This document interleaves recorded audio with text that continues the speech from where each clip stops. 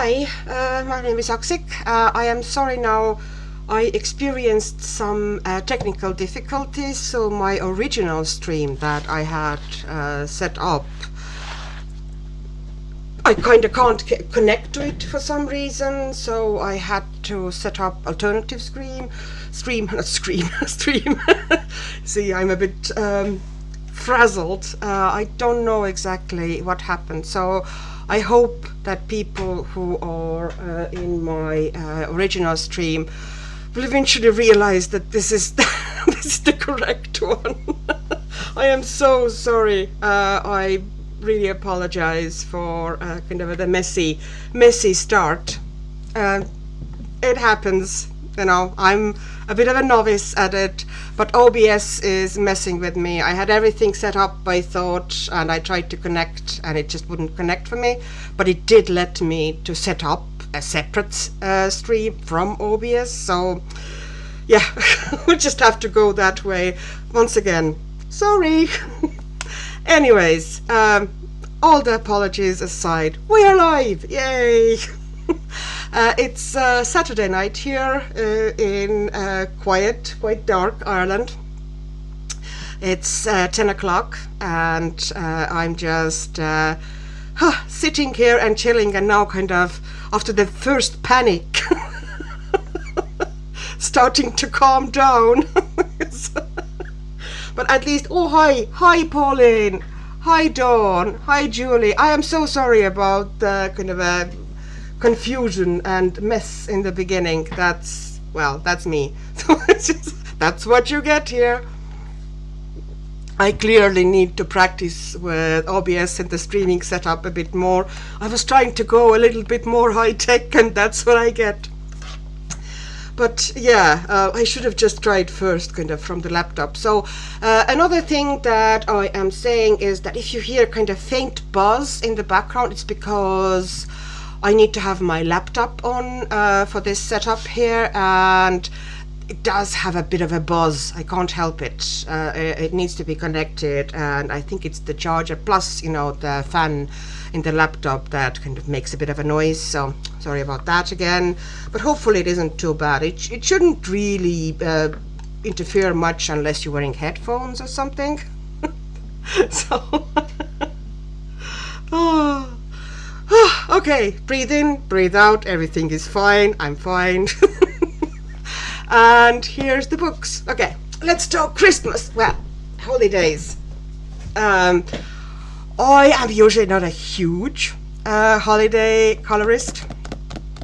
Over the years, I've come to the conclusion that I might color winter with joy and enjoyment, but yeah, I don't really do a lot of actual kind of you know, Christmas pages. It's just oh, thank you, Pauline. It is good. That's perfect. The sound is all right, and the picture should also be a bit more stable and quite clear. I have a different camera. I've been testing with it a little bit, and I do find that I get pretty decent crisp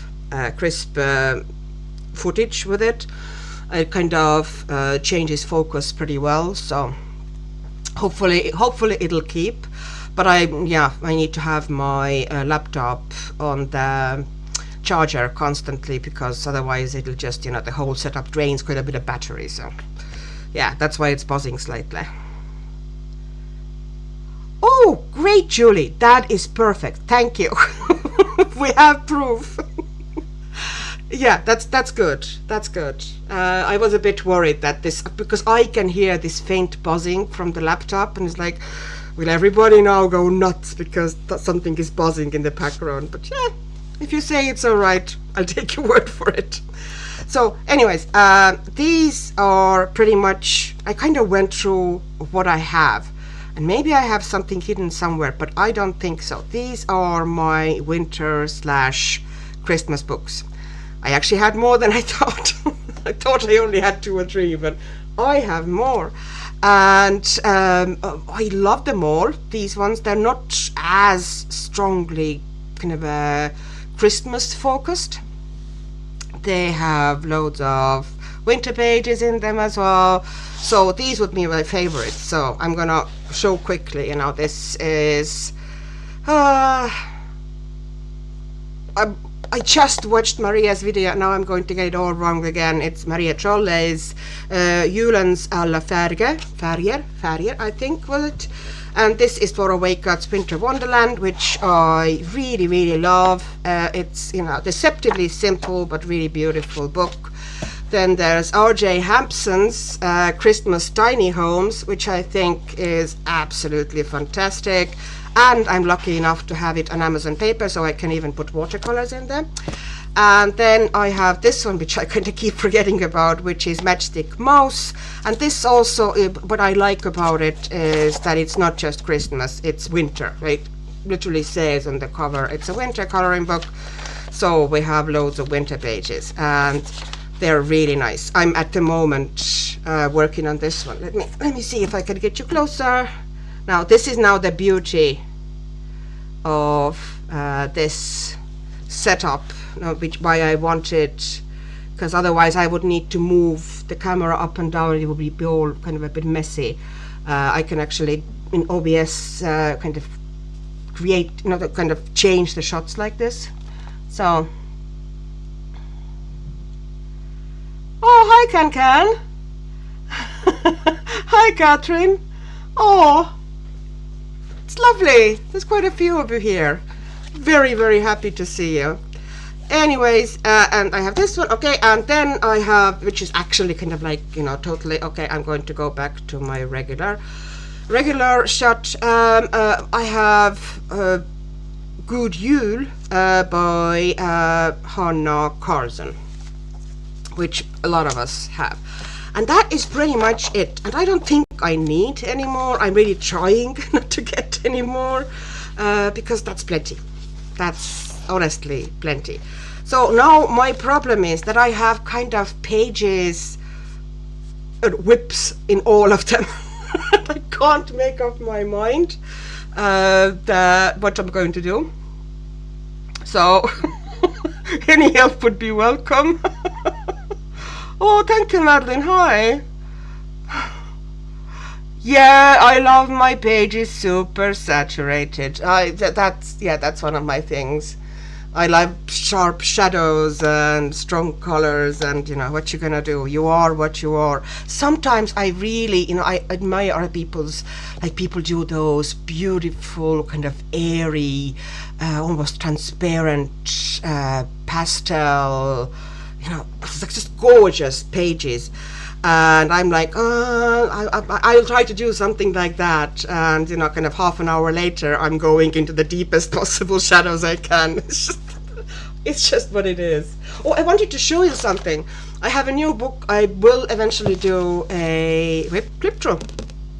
But I got a new book. Look at it. Look. It's dragons. If Vera was here, she would love that. Maybe she has that one already. I don't know. I haven't really seen her any flip throughs lately or anything. But Diane Dufault, Dragons du Monde, Dragons of the World, and it's awesome. It's really gorgeous. It's the usual kind of a 10-inch book, kind of a size.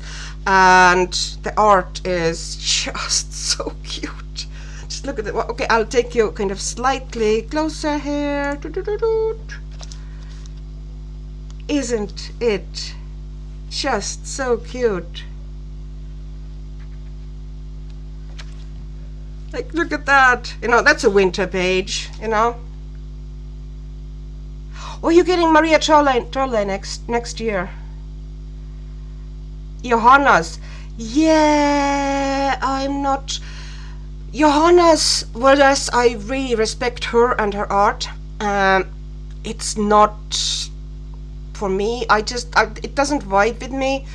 It doesn't call to me at all. I don't know why, but I don't have a single Johanna's book. Johanna, sorry. So, Yeah, I might do the angel. Yeah, I might. I thought about doing the angel in kind of a, like, vintagey colors. Keep it almost like it's, you know, old postcard that it's been a bit damaged. That's why I put all those colors in the background. Kind of basically washed everything, and I washed it actually with glitter inks. So that's going to be interesting surface to color on, but we'll see. The cabin page. Oh yeah, this one. Yeah, isn't it cute? And there's some other really cute kind of, not Christmas, but kind of winter pages that I really want to do. Like, look at that one. Isn't it just gorgeous? That's a well, to me it's a winter page. This literally seems to be holly, so it must be. It's the closest to Christmas you get in the dragon book, I guess. But it's just so nice. But yeah, I'm going to do a proper flip, but I want to kind of test materials here first and do a page. I'm working on this page. It's gouache so far. The sky and the snow are done, and that's kind of all just gouache.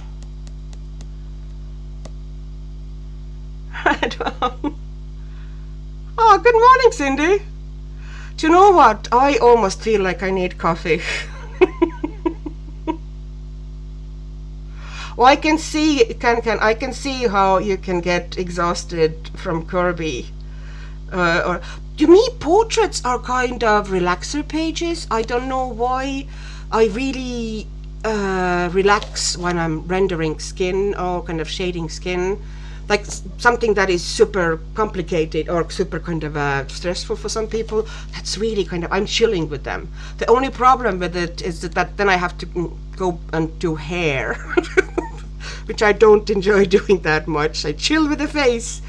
I don't really enjoy the hair that much. And then the clothes, it depends, you know. If it's very fiddly, then I'm not really bothered. But yeah, I really enjoy doing portraits. So I'm trying not to just do portraits. Actually, I do enjoy portraits, and then I enjoy kind of scenes or storied pages, you know, like this one, where this, you know, the page tells a story, and there's kind of a setup and, you know, setting, sorry, not setting, setup, setting, and I like a bit of a humor in my pages. I love that one, the Scottish page. Look at the tarts and wings on the dragon. I just can't get over it. Oh, the mistletoe page from the occult and folklore book. Love that book. That is a good book, Catherine. Really, really fun book. Can you get nervous when you're doing I presume for portraits? Yeah, no, I don't. I don't know why. I'm not even that particularly good, or if nobody has never taught me, or, you know, there's no training or anything. But yeah, I somehow it's just very, very relaxing for me. I don't overthink them much. I just get going, and I always kind of put up. I think the main thing about portrait is that you have to be cool about the ugly stage, because even if you're super good, you know, even if you are a world-class artist, your portrait is going to have an ugly face. And I think you just need to get over that phase. I know, Can, isn't it? The tarts and wings are just fantastic. I kind of want to do that page, but I want to do that maybe not in the winter. Look at that one. Look at the dragons howling at the moon and the wolves looking at them. That's another page I kind of really want to do. Possibly not necessarily in December, but it's just, there's so many pages in this book that are now calling to me, and it's really interrupting my Christmas coloring. So yeah. Well, the thing about it is that I haven't, like this week, I have not been in a mood of actually finishing any pages. So I've started loads of whips again, but I haven't finished a single page. So I don't know if I have anything to show at the end of December. Sure. Oh wait, no, I haven't. In the first week I did some pages though. And then now the Christmas are coming up as well, so it's getting busier and busier and busier, as you can probably very well imagine. isn't it? And I love this one as well, with the dragon warming, blowing warm air onto the polar bears, so they would be nice and cozy sleeping. Yeah, I don't know why I got sidetracked by this book. It's probably because this is my kind of a newest, and I I kind of saw it before it was published. I was like, I want it so bad. I love dragons, and I love Diane's approach to the pages. She's kind of, it's not just cute, it's humorous, it's very distinctive. You recognize her art right away. I love that in the artist. So yeah, okay, let's go to that pretty page with an angel. I'm going to get you maybe even closer. I might start from her face, what you think? And I think I'm going to I have polychromos here, so polychromos it's going to be. Don't really have anything decided yet, because I kind of wanted it to be spontaneous in a way that I'm picking things as I go. So let me see if I can get you any closer. Yes, I can. You can see, I think, now fine, don't you? The upper part, anyway. Now there, how are you people? I'm blabbering away, and how's it going? How's your Saturday been treating you? Have you been relaxing? Have you been super busy with everything? I'm curious. Now I need to get earth tones out, so I'm going to start with the walnut brown. Actually no, for the face I want tiny bit of this is the Caput Mortem violet. So cover your ears. So yeah, I find that it kind of keeps things in focus a bit better, this camera, at least during the streaming. So I'm going to put face shadows down, and this face is quite small, so obviously I'm not going to go super detailed with the shadows. It's just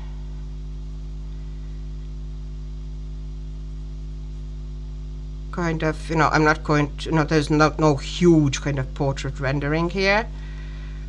I'm doing fairly basic kind of just shaping, and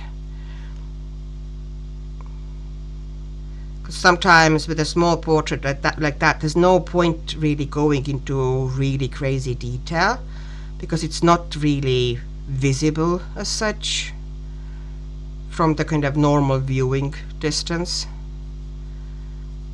So it can be a bit of a waste. So here I'm just kind of putting the main shadows down, and kind of shaping the face.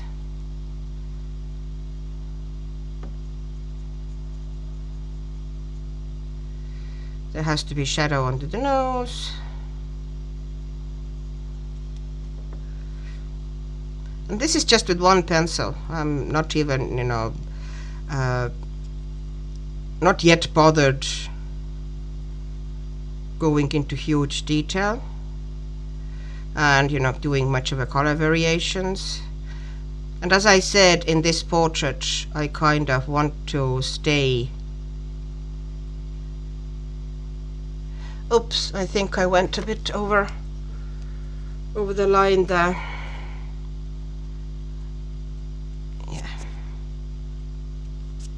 You work fast, a little bit of a blunder can be erased pretty easily. I find these are very good. Oh, what are you doing? So, in and out making dinner. No work day is always a good day. That is true. That is true. Hi, Glitter Day. Thank you. Thank you. Oh, you like the Matchstick Mouse one? Oh, good, good.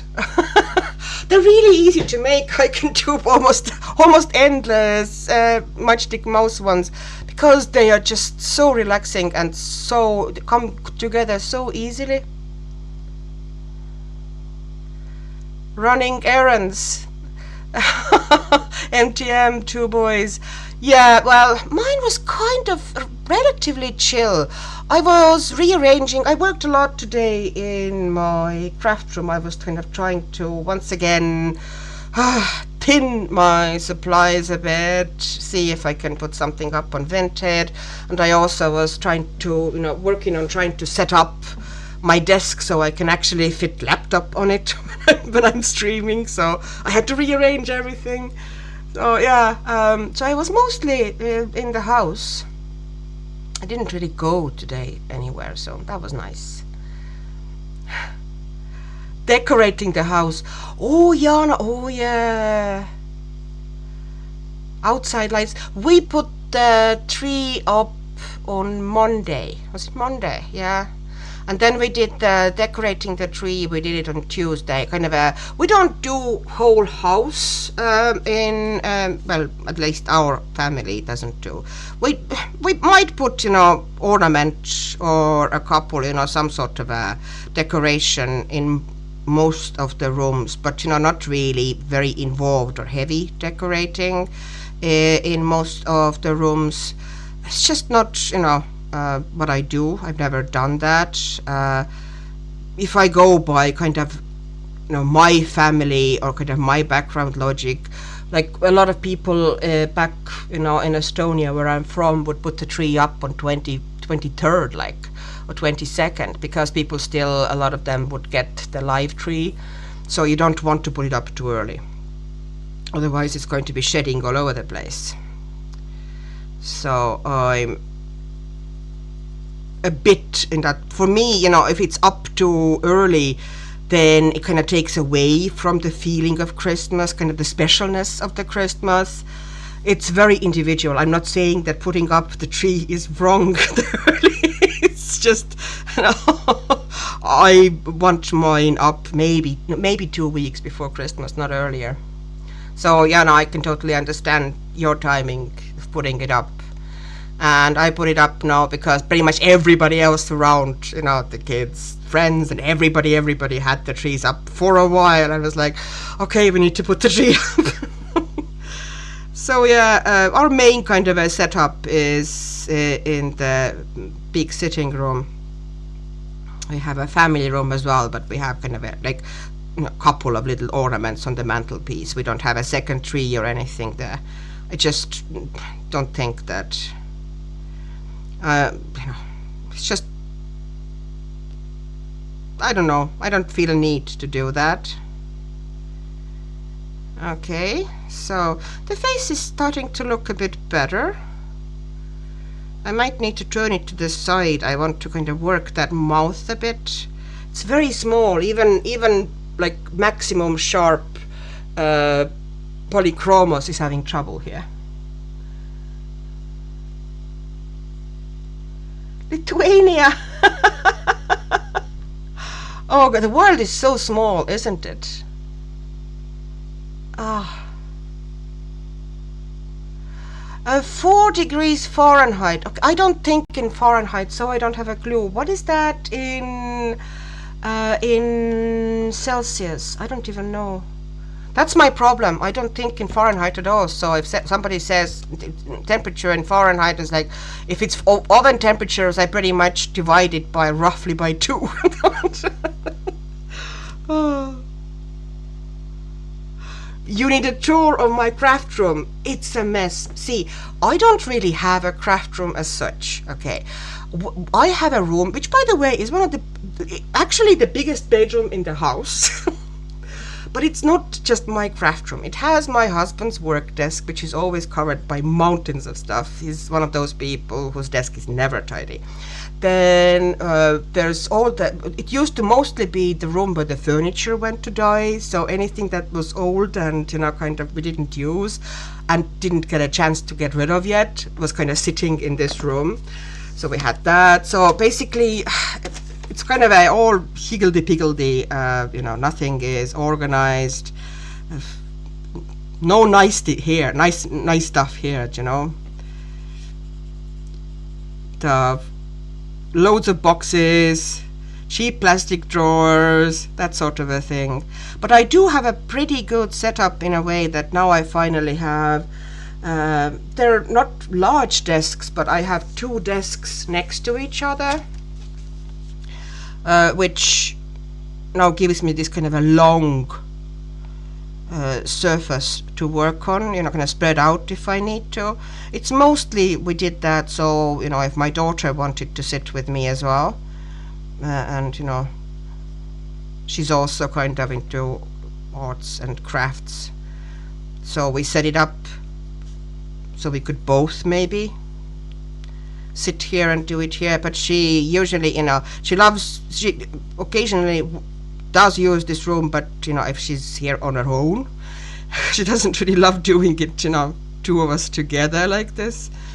Or she kind of tends to more so just you know, if she works on something, she tends to do it in her bedroom. So you will decorate the tree tomorrow, Jana? Yeah, tree decorating is nice. And I'm lucky enough that I usually don't have to do the lights. The lights is the painful part, you know, that however well you put them away, you're still going to have to untangle them. Although my husband is very good at putting them away so they, you know, aren't really bad. But he's usually also the one who puts them up, so I'm very, very lucky that I'm kind of spared. Okay, so if I put a bit of a shadow there, how's that face going? I need to get something. What do you think? Is it getting the shadows? I'm trying to be kind of fairly simple with shadows. But -15. Oh, -15 is respectable. Yeah, -15 is respectable. It's not -30, but it's proper cold. I don't know. I don't remember what was back when we were kids. What was the kind of a snow day temperature that you didn't have to go to school when it went below that? Was it -20? I think it might have been.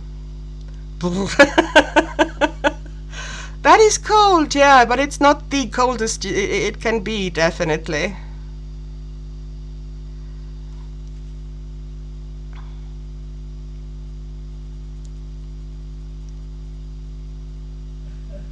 And I still prefer it to very hot weather, to be honest. I might as well do the hands as well, since I have this pencil out. I'll put the... Oops, I'm in the wrong area. Okay, that's actually a sleeve there. I did not pay attention. Hanna's hands can be a bit of a challenge, because anatomically they're a bit... that's not how hand bends.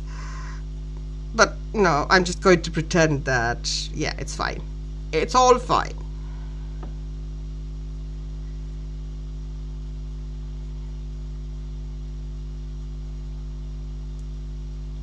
Her anatomy can, be sometimes a bit off. But I don't, in her case, she's not trying to go for, super realistic images, so it doesn't really bother me as much as it would for some artists who actually are, kind of pretending that this is what a human should look like. It's more so stylized in her case. So, okay, and let's put some shadows there.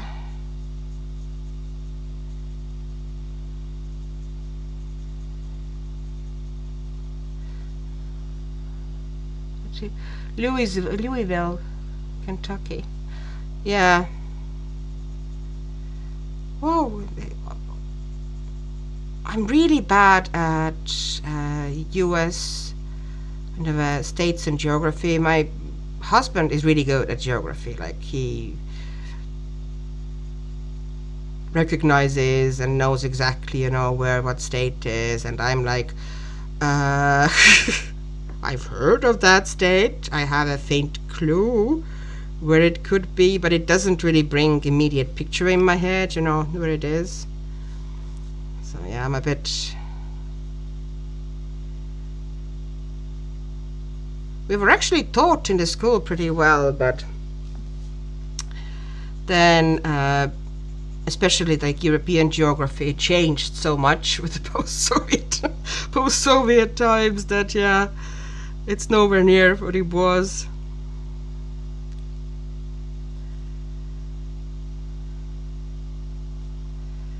So it's been, for most of you, kind of a regular day of chores and a bit of pre-Christmas prep, yeah?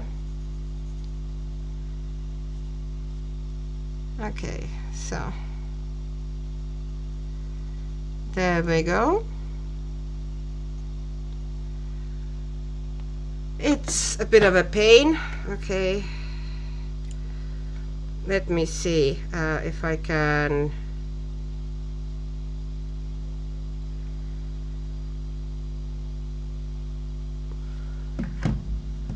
oops. Here we go.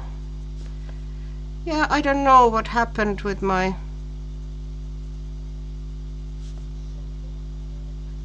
setup stream. It's really annoying because I worked, you know, quite meticulously and hard to set everything up, and then it didn't work out for me. But hey, that's life for you. Okay, so I need to get something. Okay, I'm taking Bistra. I don't even know how to pronounce it. Bistra 179, and I'm just softening the transitions into that kind of a light area a bit. I might give her a little bit of a pink cheek, although it's supposed to be in a vintagey image. Hi, Nikki. You've been coloring most of the day. Yeah, that was kind of my plans as well, but I had so much other stuff to do and set up that I never got to much coloring, which is an annoying part, and because part of it, you know, all the setup that I did didn't really work out for me. So that was a bit of a pain. You know, I had to start totally different stream. Yeah, this is Bistra. This is quite warm. Well, neutral more so than warm, not like still. Okay, I still need to work a little bit with that caput mortem.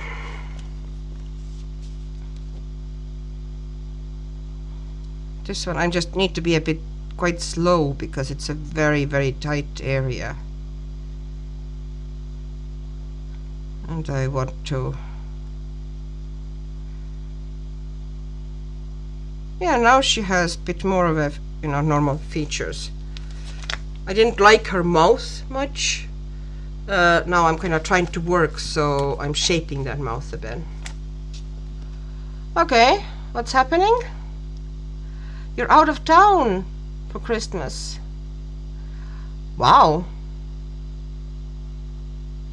That is cool. Oh, Julie, you are lucky. It's nice. I'm hoping to get kind of some kind of a chill coloring time tomorrow. I did film one video today, and then I will hopefully try to film one tomorrow as well, just to get things a bit ready for kind of a Christmas period when I won't have chance to film much anything. I'm more so filming stuff like favorite art materials or kind of disappointments of the year and that sort of a thing. The end of the year stuff. But yeah, I'm hoping to film something tomorrow maybe, and then I'm hoping to also just sit down and chill and color in the evening. I do have a couple of things I need to do in the evening, but I'll just, I'll manage. Okay, I need to put in the sharpener, sorry. Cookies to give away. Hi Patricia, cookies. It's a pity you can't give them away via chat here. Yeah, live chat. Was it the first live chat? I am sorry, ambient landscape. That is my bad. Things got so messed up here that I had to, through the OBS, that I had to open. I had set it up, kind of scheduled, and I couldn't enter the scheduled stream. I had to open a new one. I don't know what happened or what I did wrong. It's definitely me. It's usually me. Kind of learning the ropes here. So, somehow I messed up, but I don't know how. I need to figure it out. But I'm not, I didn't have enough time because I thought everything was set up and suddenly I couldn't get in. So I had to quickly just, kind of jump into this stream here, and I created it from the scratch super fast within 5 minutes because I was about to go live. I was supposed to go live, but I was still live in time. Hi Jackie. Oh, you're here. Okay. Oh, you sent all your lovelies to the park. I'm sure they're gonna have great time there. Christmas angel, yes. I'm trying to make it like this totally old and weathered postcard. This is my idea. I don't know how well or how bad it's going to come out, but this is the goal.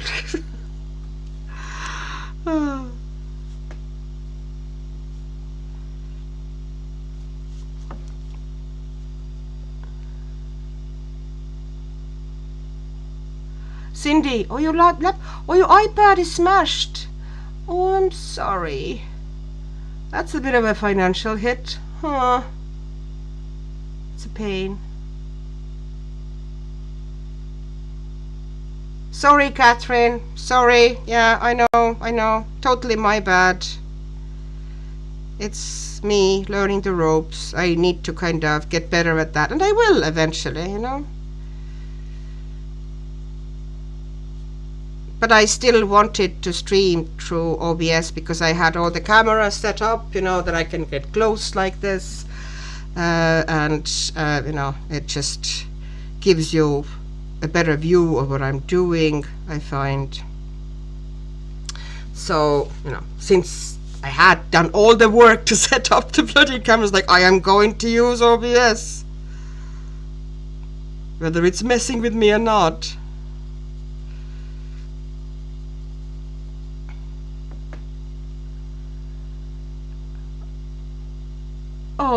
Oh, Jackie running around tidying. Yeah, it seems to be our goal in life. It never ends, doesn't it? The moment you think you've finished, you go into the room you just cleaned, and it looks just as bad or possibly worse than it was before you tidied it.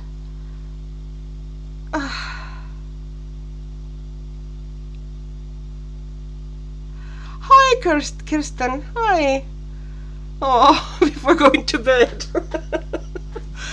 Yeah, what time zone are you in? I was so trying to figure out, which, what time to do it.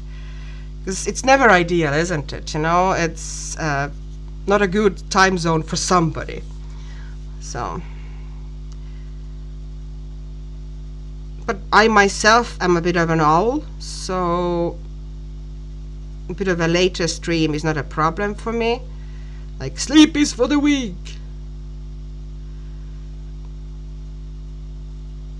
Okay, and I need to do that hand as well.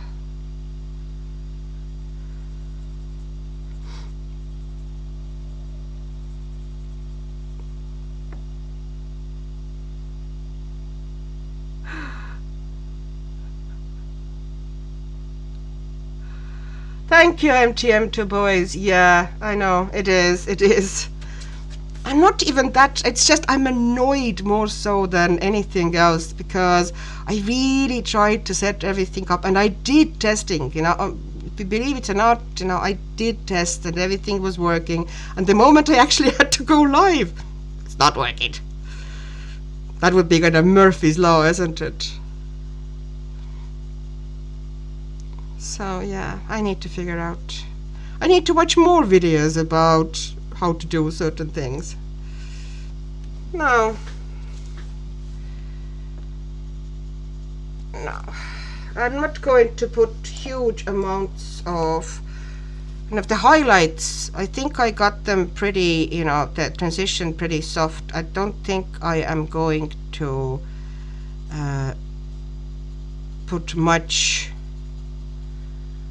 of more of kind of, I want those highlights pretty sharp on her face. I might actually look for Polychromos white. I know I had it somewhere here. Okay, here we are.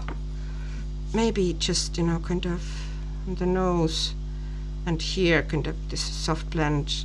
I might actually deliberately leave it fairly light like this. And here is this little highlight. 7-year-old turned the house into a demo site. Jackie, yes, I can imagine. 7-year-olds are particularly talented at that. Oh, hi, Serena. Hi, happy to see you here. Oh, it's almost midnight. Yeah, sorry, see. It's never ideal, isn't it? You might try, but, you know, somebody is going to be, you know, inconvenient time. Oh, hi, casual coloring. Hi. Delighted to see you here. That is perfect. Yeah, Jackie, it's really funny with our time zones. You're an early bird and I'm an owl, and it kind of fits.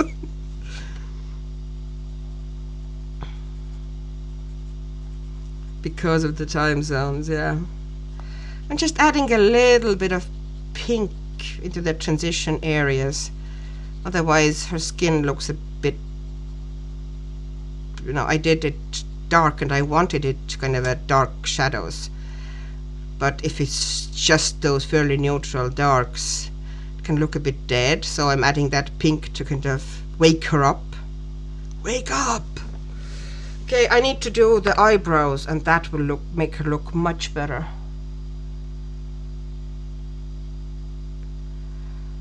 Catherine, you're a lark. 6. Ouch. Ouch. I don't know if I have to go somewhere, maybe, but not anything else. On Sunday morning, no. I'm not waking up voluntarily. Excuse me. At 6 o'clock. And I know that her face looks like super dark at the moment, but it's actually, you know, if once the hair gets colored and the rest of her body, it won't look as that, you know, dark anymore. It's the comparison. So I'm bringing that pink onto the body here as well. That's the pink is medium flesh. Are they still calling it? I'm a bit confused because they changed some pencil names with Polychromos, and now I don't know which ones are old ones and which ones are new ones.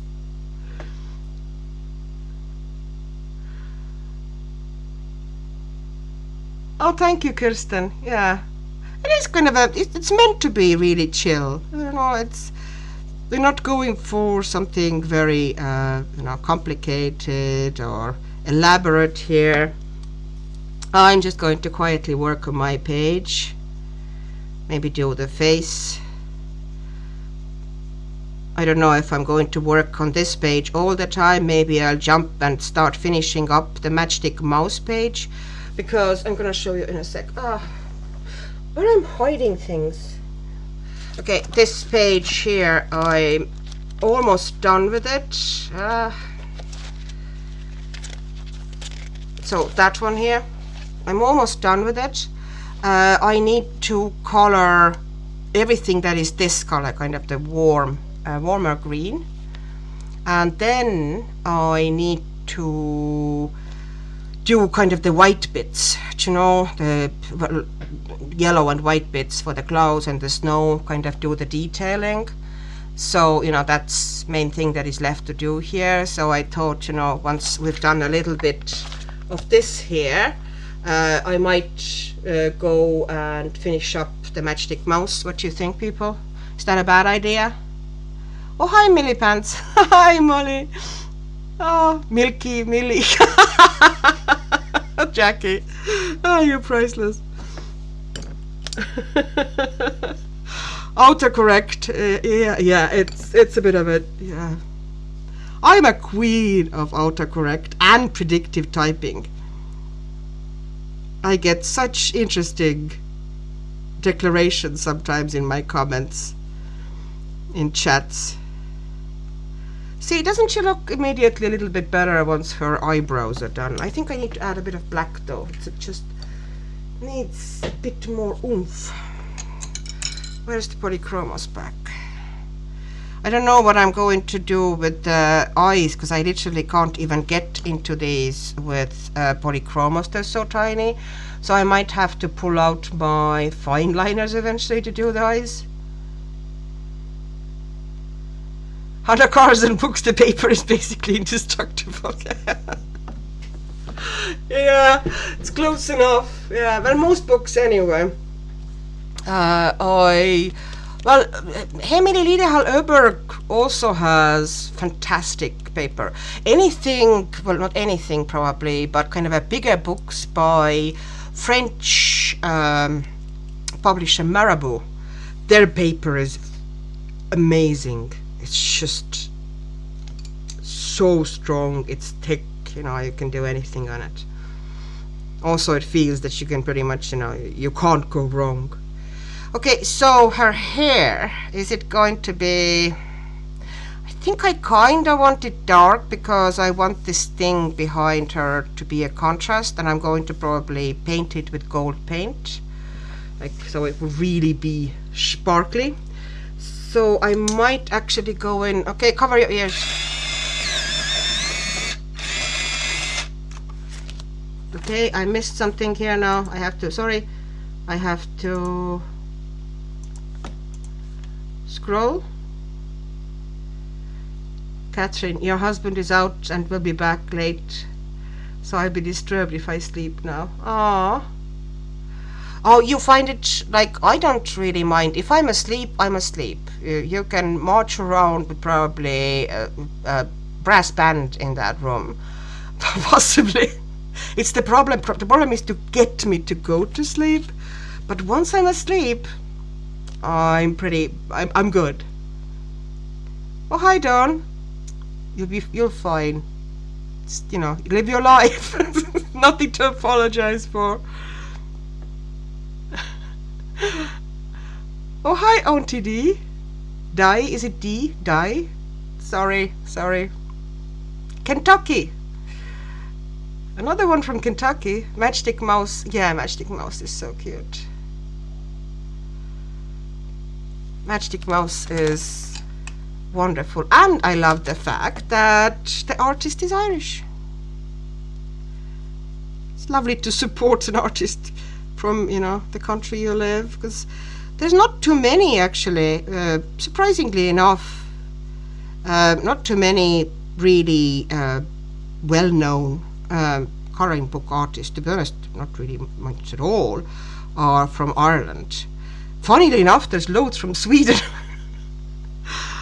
Swedish artists seem to be kind of hit the nerve somehow, you know, kind of get it right. They appeal to so many people. Like there's Maria Trolle, there's Hanna Karlzon, there's Emily Lidehall Öberg, yeah. There's well, that she's less well known, but there's Maya Säfström. So yeah.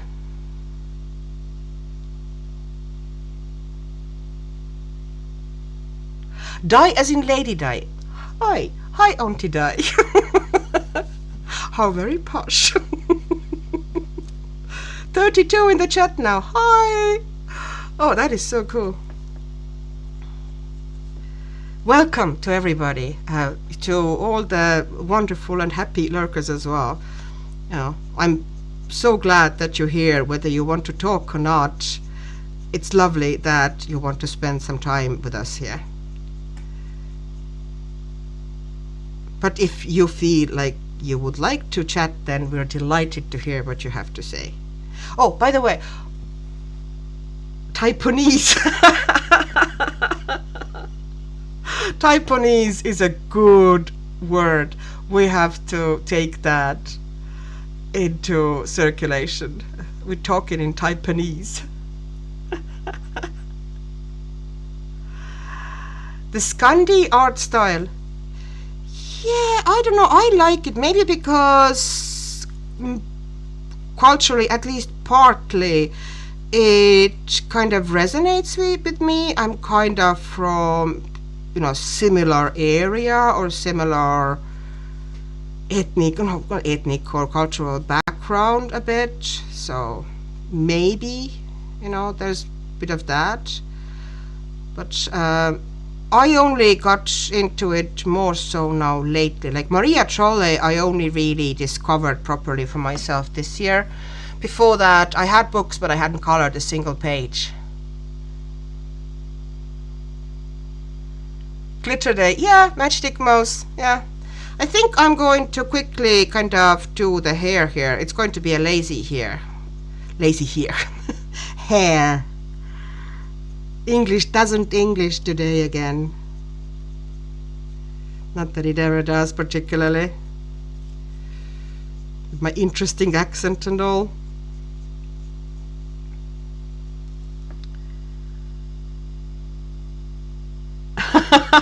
Auntie Di. I'm gonna say die, but not sure about that.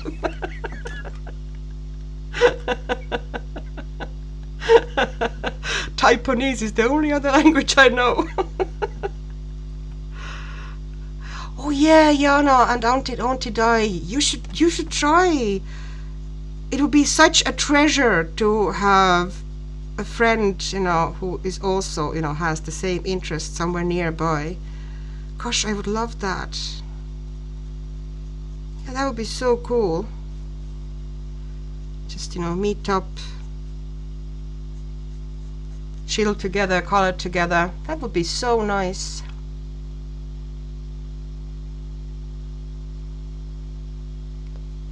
Folk art, yeah. It can be actually tricky, that kind of a relaxing, or for me it's mainly the fact that it's not even the putting down the color bit with folk art style. It's the fact that I find it very hard to work in kind of a flat color, which is often, you know, in quite a lot of folk art you would have almost like flat style of coloring with not much shading, or, you know, if there's a shading, there's either very sharp or almost minimal shading. And I find it very hard to kind of switch myself to that wavelength. I tend to overshade my images to start with. You know, I like really sharp shadows and kind of a strong contrasts, and I find that the most challenging bit in folk art, to kind of get myself out of this mindset that everything has to be shaded to death, because in some styles it would actually be detrimental, not beneficial.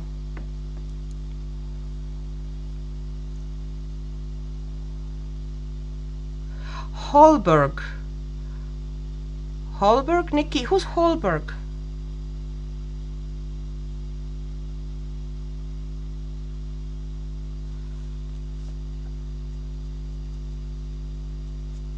Do you mean Öberg or Holberg? Am I missing something? Oh, thank you, Julie. Yeah, the shading was actually quite, simple and fast. It's just, kind of strong shadows, that's it. The usual. The stuff I like. I like my shadows strong. And also, I didn't like the mouth the way it was colored, so I kind of gave a different shape to the mouth.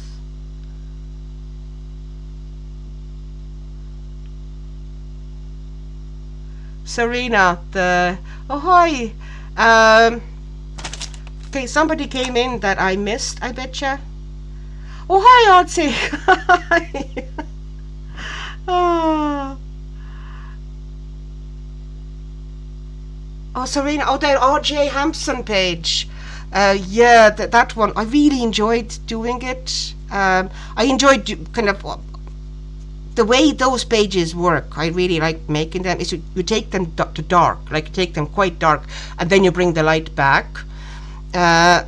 So I really like doing them, and I have promised that I will make a proper tutorial, like from from the ground zero. Possibly in RJ book for that style of coloring. It's just I need to kind of decide on the page, and also it probably will not, it's going to be quite involved. It probably will not happen before holidays anyway. Everybody knows how the December can be, and it's getting close. The holidays are going to hit soon.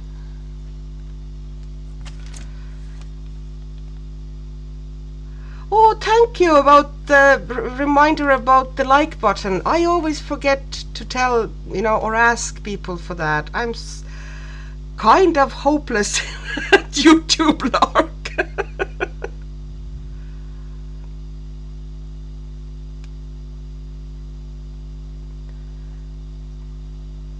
What's the, I used the Rango gel pens in Amelia. Oh, the Emilia Liddell Öberg. I need to do a page in her. I have the same issue with her. Like, I need to find my way there because I really like the art. And the paper is just divine in that book. And I would like to work in it more.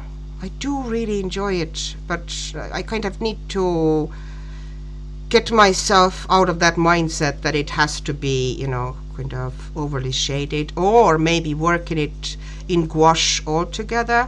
Jackie, did you see my gouache page? Just a second. I'm working in gouache in this book. It's a new book. Just a second. Something fell. That's because I have two high piles of everything in my house, in my room here. Okay, that's a new book I have, which I will eventually show, but I want to work in it a little bit before I kind of do a flip through. But I'm working on this one. I'm doing everything in gouache here, the snow and the sky. So far it's all done in gouache, and I'm really enjoying working here with gouache. So I don't know if I'm going to do the full page with gouache. I might do some bits with watercolor with some gouache on top, but so far really enjoying it. I think it's a really nice book. But yeah, okay, I'm going to switch you back to the close-up. Okay. See, that's why I wanted to do it with the software, that I had everything set up, that I can just... And here I'm working just with black pencil, I'm not even pretending that I'm being super elaborate about colors here. I'm just going to put the shadows, main shadows in with, like really dark black.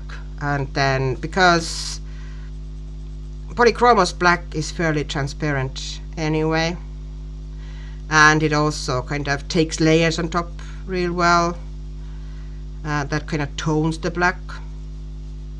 So if you have been told that you're not supposed to use black at all or anything, that's just, yes, you can. You absolutely can.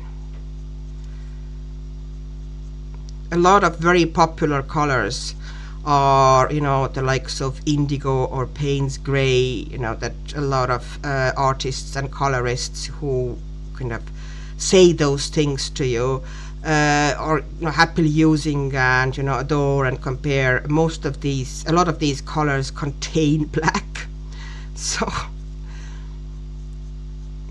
black is not bad. You need to be somewhat careful with it, yes, otherwise it just takes over.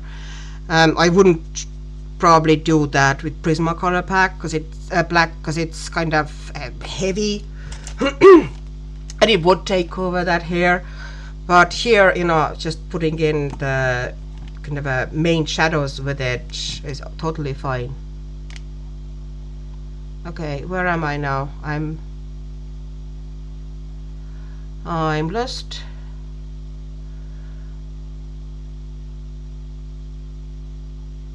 Longo pens. Okay, now I found where I was last. Oh, the village, Jana. Oh my, wow. This page intimidates the heck out of me. So much detail. But it take me half a month, I suppose. I suspect. I tend to be, well, I'm not fast, okay? I definitely know that there are people who are slower than me, but I'm relatively slow. It depends what method I use, how I approach the pages are, but I'm definitely not a fast colorist. So I see people who do like 40 and 30 pages per month, and they are not simple pages, like they are very involved, elaborate pages with interesting and fun shading, and some of them like pure pencil work, and I'm like, how you superwoman, how did you do that? It's just, yeah, I don't have it in me. I would like to have it in me, because all of us would like to color more pages in our books, to get more of them, because we have a lot of books and there's a lot of pages that we like, and we all would like to touch more of them, but oh well.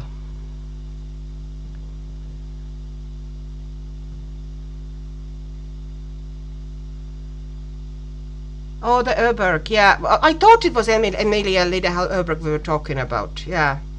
Yeah, I kind of get a bit confused about kind of everything is like in stripes. At first, at least, I was utterly like, what am I going to do with all those stripes? How do I shade it?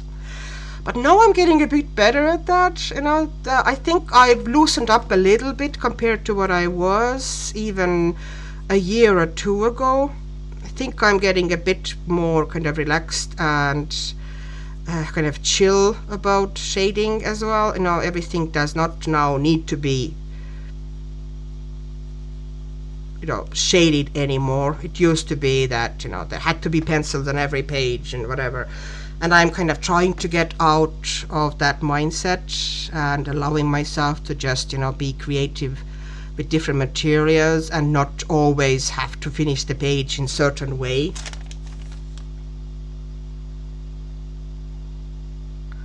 Oh, bye, Catherine. Good night. Good night, Catherine. Sorry, I missed you. Folk art is intimidating. Yeah, the harmonies. It's beautiful, though. I wish I could do it. Like, I would actually like to learn to do it in classic, fairly flat way.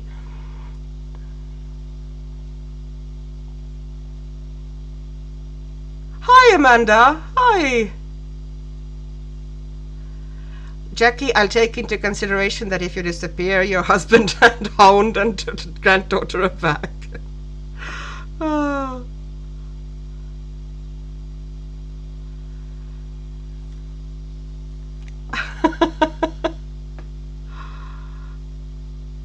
Thank you, Amanda. And it's so, like, gouache snow is one of the easiest things on earth. I'm not joking, I'm not making it up, I'm not trying to kind of, make something that isn't easy sound easy. it really is. Like gouache snow, super easy. Thing about gouache is that you can kind of soften the blends after, if you work with classic gouache. You can do the blending after all the layers are down, and actually kind of looks pretty rough and not very good at all. But you can then go back in with very slightly damp brush and actually blend everything together, and suddenly everything works.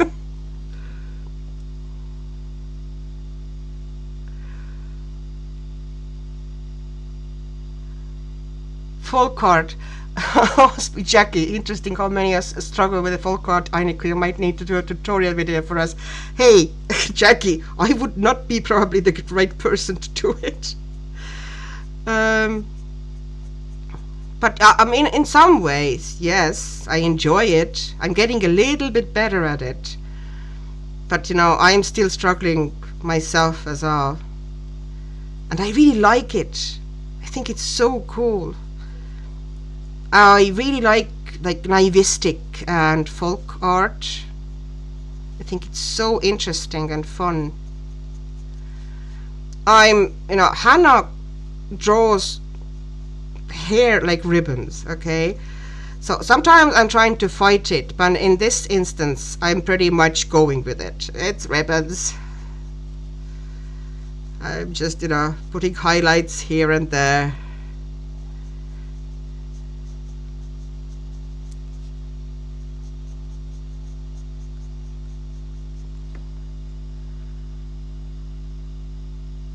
Minuet du Bonheur.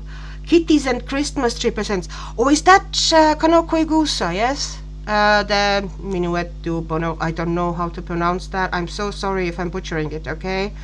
Yeah, it's Kanokoi Gusa is beautiful art. Jackie, you really good at that as well. That's one of the things now that I struggle with, even more so than some other stuff. I don't know, something about her pages and compositions. I just don't know how to ground them, if you know what I mean. Everything seems to kind of hover in the air a bit. I don't know. Probably what I said sounded really weird. I don't know if anybody got it, what I was trying to say. Yeah, I find her pages quite intimidating, which is why I haven't really finished one yet. I have a book of hers, and it's just a matter of going in. And I have the book that is from the Leon's Journey or something like that, and that paper is fantastic. It takes, you can wash water-based markers out on it, direct on the paper, so it would be perfect paper for me to play on, and I just need to take it and start working on it. And I will eventually. I will. Oh, hi, Precious V4. Hi.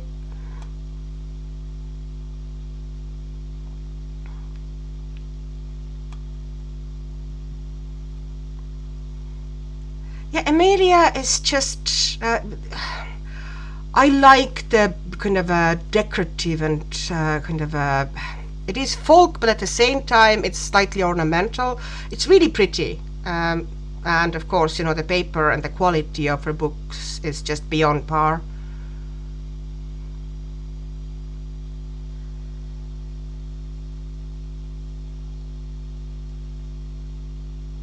Oh, hi, Christine's Coloring and Crafts. Dayton, Ohio. We have people from US now having a chance to sit down after the busy day. Is that what's happening? It's great. I'm delighted to see you here. Oh, Leon's Journey. Okay, I need to kind of get it open. I would really kind of... Jackie, I love how you do that. You're saying that you're slapping the color down. Yeah, I would love to kind of work like that, because I think your style really suits the kind of, you get quite different, interesting, more of a loose style, which I would really, I like it there. I would like to kind of, I will never be you, okay? I will never work exactly in the same style because it's just not in me. I can't, but I do like to work with water-based markers, as you know. So I would like to play there with water-based markers and maybe a bit of pencil on top. And in my case, it's a bit of a pencil on top means 3 nights of pencil shading. So, Leon's Journey. Yeah, I ordered it from Amazon Japan. When on the Amazon Japan paper, because I wanted it on Amazon Japan paper. I heard that on Amazon Australia you can actually get stuff direct from Amazon Japan. Maybe I'm totally hallucinating. Does anybody know? I don't know where I read about it, that you can actually get, you know, if you're on Amazon Australia, you can actually order stuff directly from Amazon Japan. Am I totally misinterpreting something?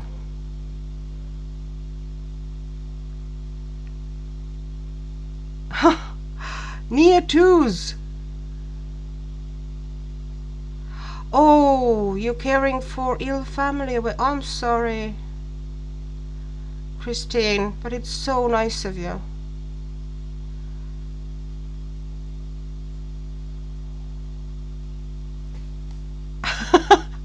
Oh, thank you, Christine's Coloring and Crafts. It's so nice to hear that my live was happily greeted. And sorry if my English doesn't English again.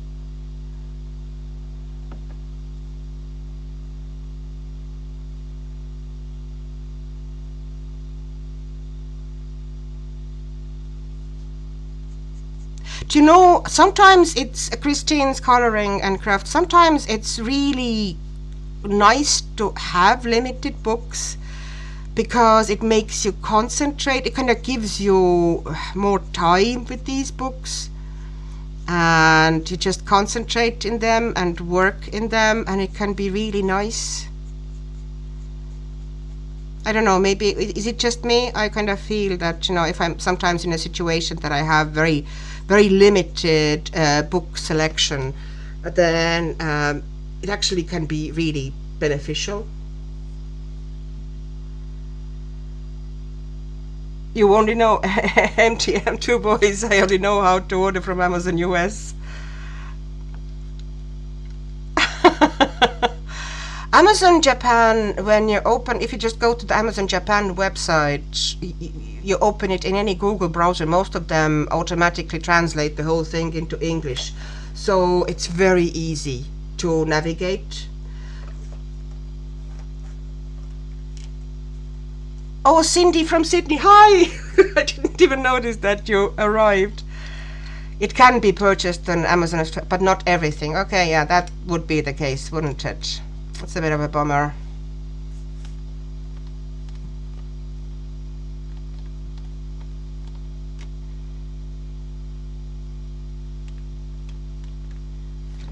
Okay, so I'm going to put some gold into the hair now. Cover your ears, people. Okay, so here we go. I'm just going to bring in some of the light yellow ochre, and instead of leaving those really kind of light highlights, I'm going to make the highlights just warm golden. And then after I do that, now it's just basically going over stuff here. I am going to go, and maybe then we can, you know, I'm going to get it closer to you because the face and the hair will be done, except the eyes, but I need to get fine liners for eyes. Because, oops, these eyes, that was a bit messy here, are so small that I can't get pencil in there, even polychromos.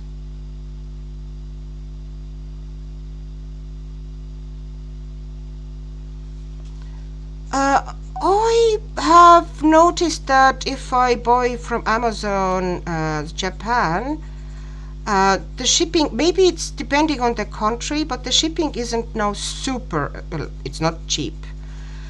But kind of, comparing to some shipping costs from some websites, Amazon Japan shipping cost isn't terrible.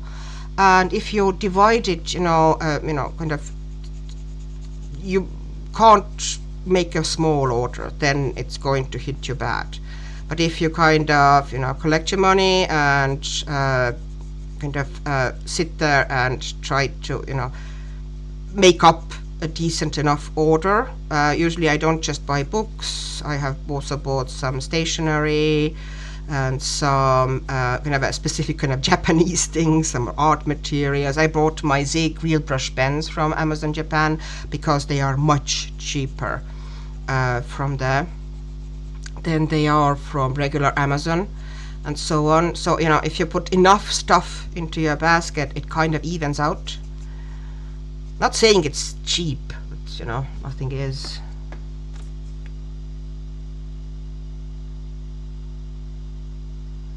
Amanda, yeah, I love it just to have one book with me when I'm on vacation for weeks and never get bored of the one book. Also, just to take my prismas, it's like there's more space to get ideas flowing. Yes, exactly, Amanda. That's what I meant. It can be really nice to have just very limited supplies, and suddenly you're being so much more creative because you're kind of forced to be more creative. What color eyes will she be? Okay, she needs to be kind of in vintagey colors because, as I said, old postcard. And we're trying to go for old postcard vibe here. We're gonna move over now to Matchstick Mouse. But I thought I'm going to get it closer to you. Don't look at the weird dead eyes. Oh, I need to get fine liners and figure out how I'm going to do them. They're so small that I can't really get into them. Let me see if I... Okay, just a second. I'm gonna get up.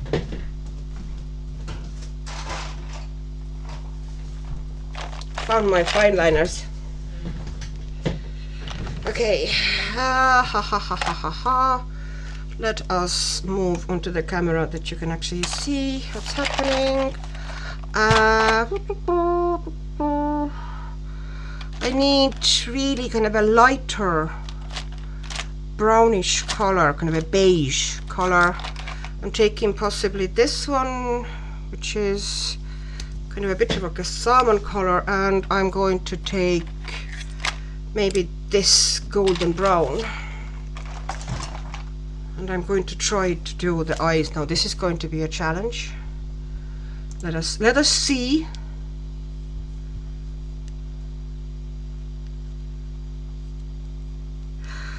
You got your Neatus.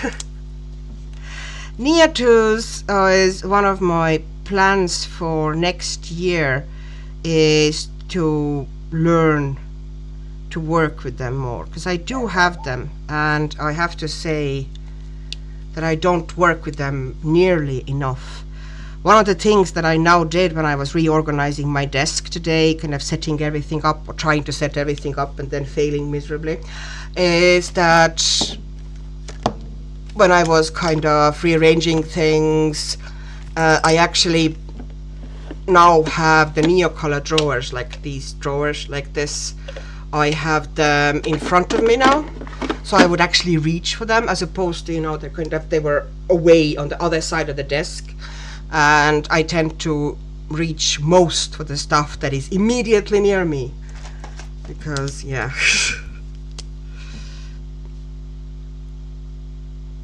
So hopefully now I'm going to get better with them. It's all about practice, isn't it? Like any learning.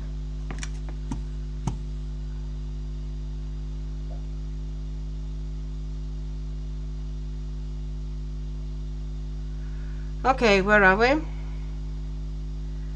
So, yes, limiting the books or supplies can force creativity. Yes, Jackie, absolutely agree. Yeah.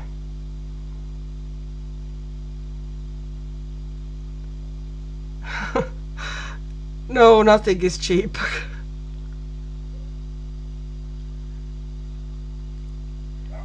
Prismas too. You have what? You have Prismas and Chroma Flows and Light Fasts for your Christine Caro Little Folk. Light Fasts are amazing for portraits. Absolutely stunning. Vintage colors. I guess I would go for kind of a more vintagey colors. Yes, you are correct. Oh, hi, Colorful Mother of... Hi, Maria. Hi. Hello. I already managed to butcher some Swedish names just in case. I did listen to your video, and then I immediately forgot everything, and I did butcher some names here. But luckily, you weren't here to hear it, so I didn't hurt your ears. Oh, here in the background, Artsy, I used, okay, I'm going to move it so you can see. It is, it's two inks. They are actual inks. Okay, I have to bring another thing here and show you. Wait a second.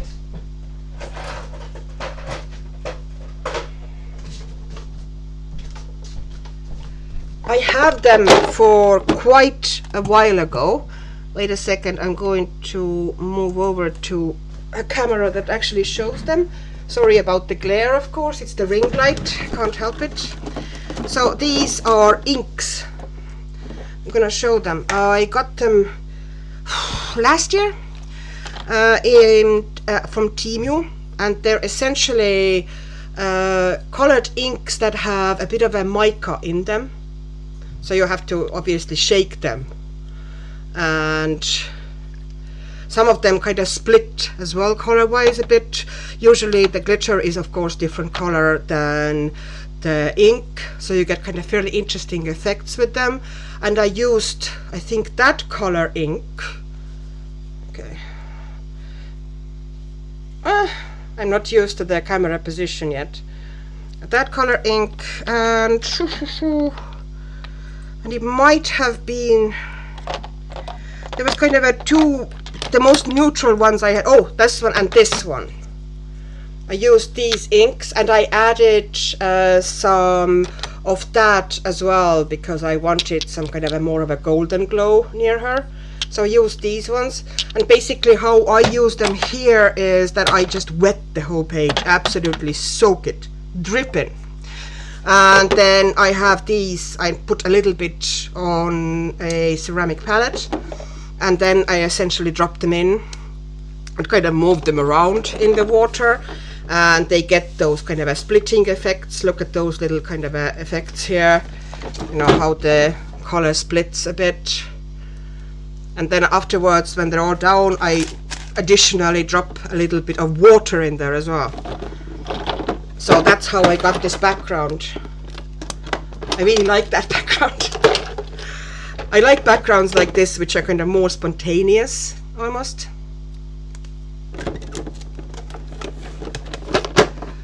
You know, they kind of pretty much make themselves. But yeah, it was, you know, kind of fun to make background, I thought anyway. Well, thank you, Christine. Christine's Coloring and Crafts.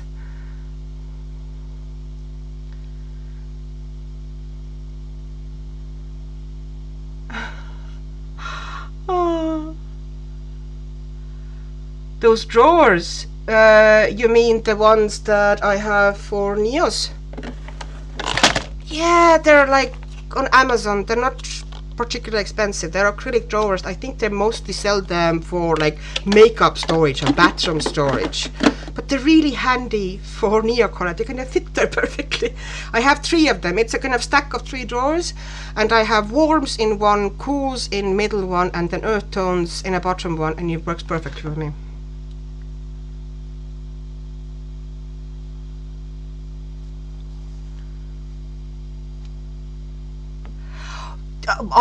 That setup, Jackie, when you're saying I wish I had a long bench to color on with shelves along the full length, that way I could have everything on view and in reach in drawers and cupboards, I forget about stuff. Exactly that.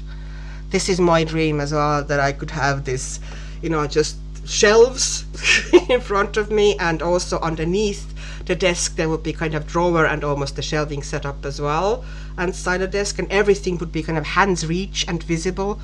That would be my perfect setup. Yes.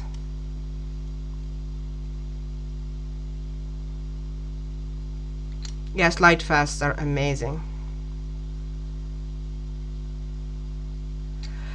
Thank you, Amanda. Yes, the effect of the inks is really, I really like it. And they are cheap as chips, those inks in Temu. If you just search like glitter inks or sparkling inks or something like this, you'll get loads of different options.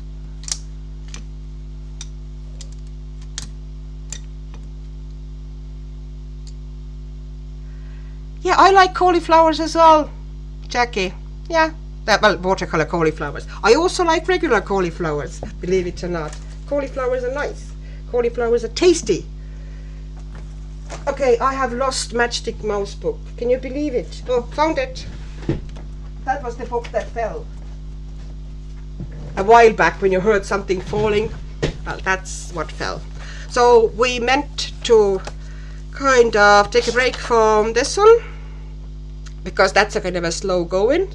Obviously, as any Hanna page, it tends to be slow going. But I won't to be too bad. I'd say I'm going to get it finished tomorrow, hopefully. I like where it's going anyway, and I like the background. And we can finish the page here. That is already kind of getting there. So I have pretty much most of the shading here done, except this specific. Let me get you closer so you can actually see what I'm talking about. Okay, that kind of a earthy green. I need to do some shading on that. So I need to pull out. I'm building the piles next to me now, because you know I have now the fine liners here and the inks, and the pile is just getting higher and higher.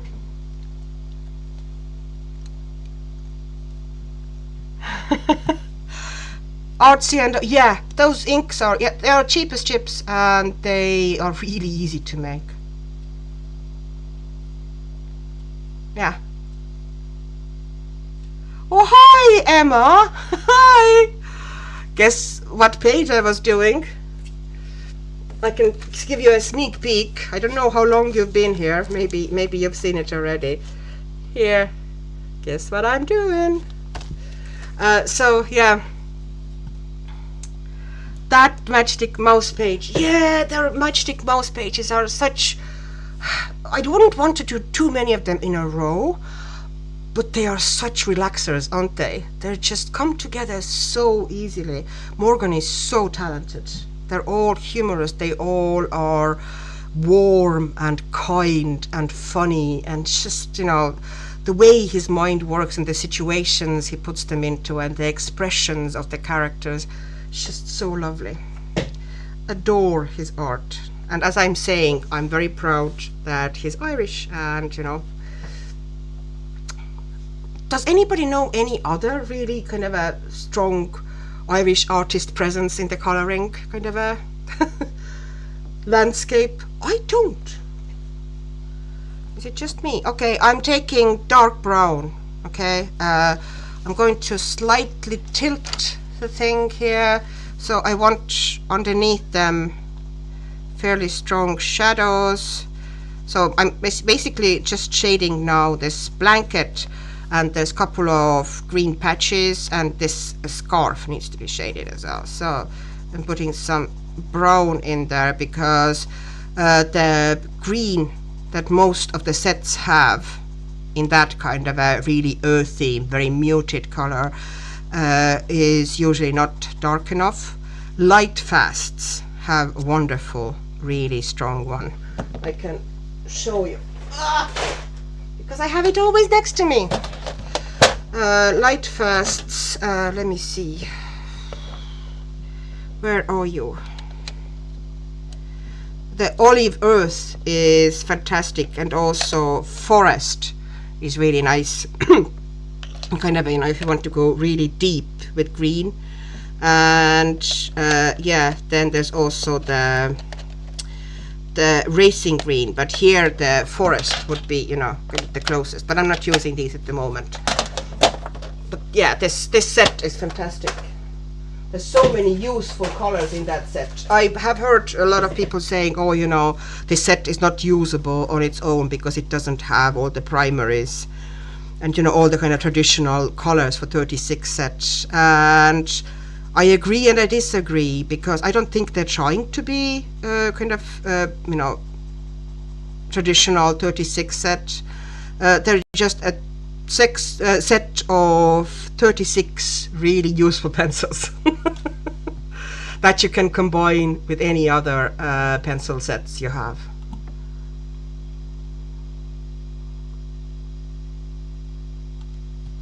Oh, thank you, MTM, two boys. Yeah, sometimes I'm very happy and sometimes not so much. This month, to be honest, I haven't really, you know, I have finished a couple of pages, and yeah, things like life gets away from me. I haven't really finished much, and I haven't really been, I've been about the ones I finished. Maybe it'll get better. Sometimes I get this kind of a finish run at the end of the month when suddenly things come together. Last month that happened. I barely did anything that I was happy with in the beginning of the month, and I felt like there's going to be nothing. And if there's going to be stuff, it's stuff that I don't like.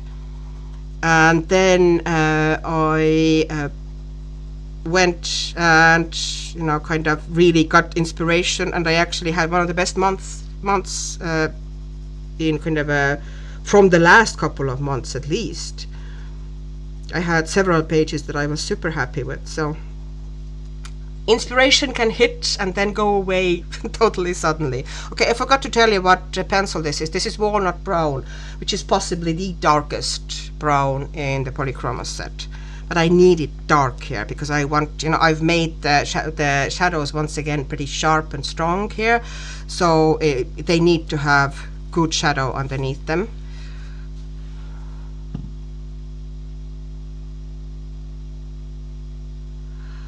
Which background? Sorry, Serena, what background? Oh, the one in the Hanna Karlzon book. I did nothing. If you wet the page totally on, you know, so there's no dry spots, and just leave it to dry naturally, they mostly, you know, especially in kind of decent papers like Hanna books and Maria Trolle books and possibly Emily Oberg books. You know, there's certain books that can take it. It pretty much straightens out itself. I can show you. There is a bit of a wave. Let me see. Like, you know, there is. If you look from the top, you can see, you know, that there is slight wave, but that doesn't bother me. You know, I'm not really bothered about that. It doesn't, you know, get really bad and buckled and creased and whatever. But, you know, the trick is just to leave it alone after you've finished working on it, not try to dry it with the heat gun or anything. Beavers, Emma. Oh, I think Diane Dufour books had some beavers. Jackie, you don't know of any Irish coloring book artists? Yeah, the only one I know is Morgan. Oh, actually, there's Tanya Bond is also, I don't know if she's Irish, but she's definitely in Ireland.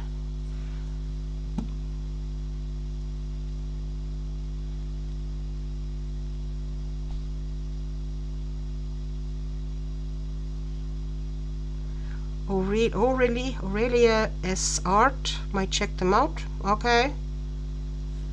Well, thank you, Amanda. I just, you know, my thing is that I like to, like, once again, you know, the shadows were already done there, but I could not help. I had darker pencil in my hand, and I had to go in there and even, you know, deepen the shadow even more here.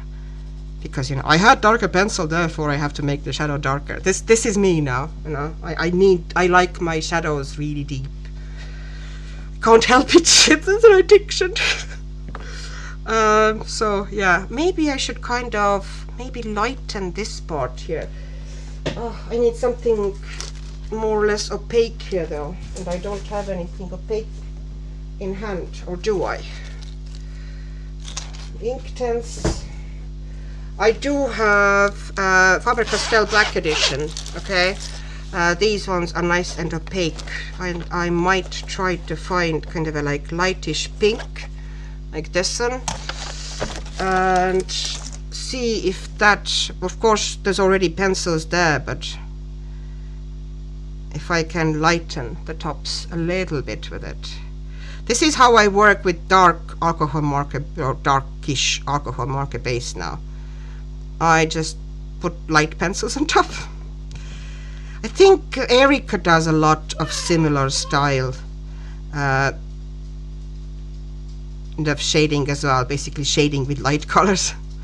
Well, not shading, but you know, highlighting on top of fairly strong midtones, or you know, even darks. So I don't think we always need to have pastel colors. Like this page didn't really have much of a pastel color in it, let's be honest. It had, you know, the clouds were done with pastel colors and the snow, but all the mice, you know, they were pretty strong colors I put down. Okay, and I need to now finish that grass here as well, so I'm going to put some brown in there as well. And brown here is more deliberate because it's kind of like winter grass, so it should be pretty, you know, banged up, sad grass. And I've toned down that green altogether here. Okay, and now I need to find, where is it? Okay, this pencil is good. So that's the olive green yellowish, which will go perfectly. I'm just going to do the transition from walnut into the green here. If you heard something bouncing in the background, that was my dog jumping onto a couch she prefers for her sleeping. Oh, bye bye, Jackie. I didn't realize. Okay.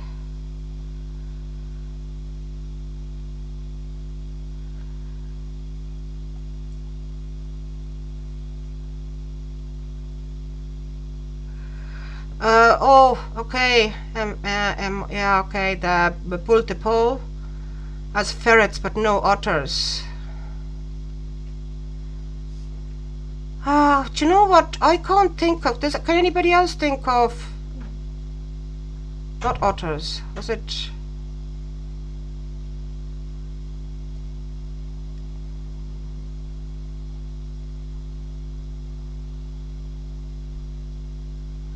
Yes, Serena. That's, you know, water is a bit of a, you know, it is a jump. It can be a bit terrifying at first when you work in, you know, slushings of water. You know, it can be scary at first, but once you get used to it, or once you get more into it, I actually think, okay, I need to do the ends of the scarf. I forgot about this bit as well, that I need to put some brown in there as well, into the darkest area. Finish that up. Okay, and bringing in that olive green yellowish. And then I need something, I actually want something quite warm. So let me see, maybe the yellow ochre. Jackie is going to have lovely time with the granddaughter. Oh, Nikki Flower, you pulled out your luminance today and they're so vibrant. Yes, they are. I'm having trouble with luminance, or loving luminance for some reason, but I do acknowledge that they are very vibrant and they are very high quality. It's just something about the texture I'm struggling with.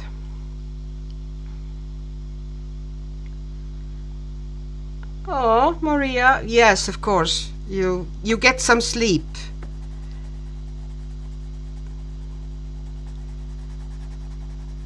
Now, and now I'm just putting the yellow ochre, well, it's called, yeah, light yellow ochre, just into the kind of more highlighty areas to warm them up slightly. Polychromos being not very opaque, they just tone things, like they don't really change much the color as strongly as some other pencils would, but you know, they do add that bit of a warmth. So I have the pencils down now. Can you see anywhere that the pencils are missing in? Am I missing something? Because that happens to me more often than not. Oh, thank you. Watching you color is very inspiring. Oh, thank you, Christine's Coloring and Crafts. It's just fun, you know, and as I said, I'm doing it in a very chilled way here. Emma, oh, you love your luminance. You don't have a full set yet. Okay. Yeah, they kind of break the bank, I have to say. But I'm kind of almost sorry that I invested in them. Not that I have them, I will use them. That's, you know, one of the other things. I can't, you know. I've tried to kind of, maybe I should just let them go, but no. They're still good pencils. But I love my Lightfasts better, and my Chroma Flows. Oh, but I hear my bank moan every time I sharpen them. The mental image, Nikki. Oh. Oh, Emma. Shen, Emma says hello. Oh.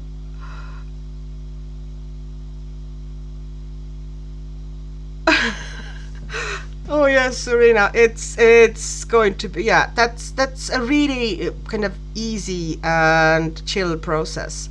I have showed a little bit in one of the last month's coloring vlogs, the Cancer page, which was also done, you know, basically I put dark colors down and then I brought all the highlights in with colored pencils. But yeah, I would like to do kind of a proper kind of color along. Well, it's pretty much been requested that, you know, do a proper color along. Preferably, people have said R.G. Hampson page because everybody remembers that dragon page and wants, you know, to see something similar. And it's like, okay, but I need to find first the page that would work, and then it takes, you know, a bit of time to kind of. I think the most involved part, or the longest part, is actually kind of creating the image in your head, or kind of setting. Basically, you need to figure out what you want to do exactly, and after that, everything is going to be hunky-dory. The actual process is not that complicated at all.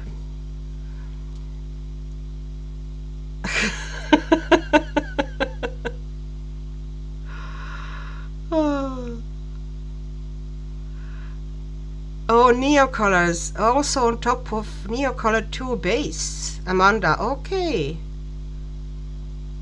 Okay, I don't think I have tried Lumis on Neocolor 2 base. First, I would have to learn how to work well with Neocolor 2s, because I have to say, honestly, I kind of still suck at it. So, you know, I'll get there, but it'll take some time. Oh, hi, Dana. Dana, sorry, Dana. Sorry. As I said, English does not English.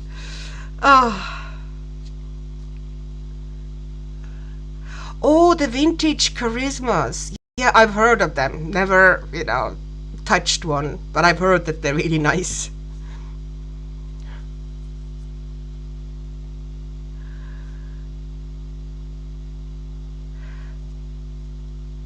Yes, the luminance is, yeah, or see, they're, I don't know how to describe it. They're kind of slippery, but scratchy. It's just weird. I don't know. I don't enjoy the texture.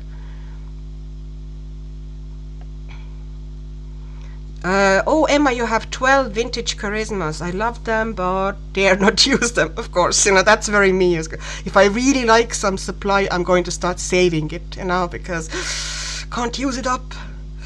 I'm seriously considering selling them, but they're gorgeous. I can't speak of it because honestly I just don't know. I've never had them. Okay, I'm pulling out my beloved acrylic markers. I'm trying to kind of put things away a bit here on the desk because things will start falling soon. The piles are getting higher. A light fastness. Yeah, that's the thing, like there's no wrong or right way.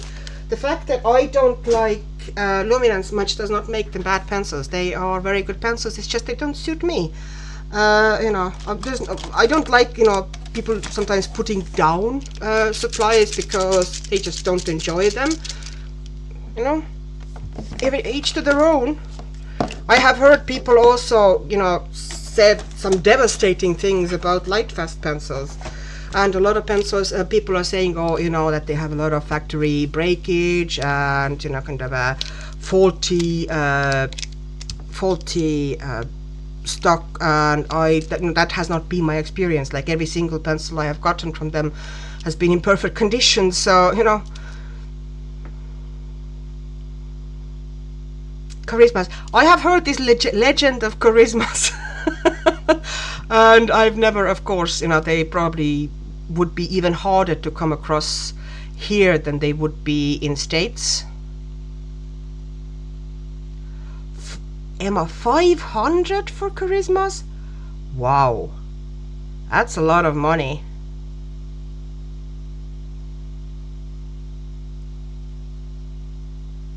Oh, Miliband's, you know, hearing negative things about Loomies really helps me double down on my refusal to spend that much coloring supplies.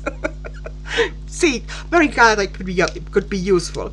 Okay, so I'm taking this. That is Langua brush marker acrylic. It's that color. It's that feeding system that I love. They call it direct feeding system. It depends on the site what they called it, but a lot of them call the direct feeding system. And here is the color. You see, the light washes it out a little bit, but here's the color. So I'm going to do the tops of the clouds first because the snow is going to be in front of the clouds.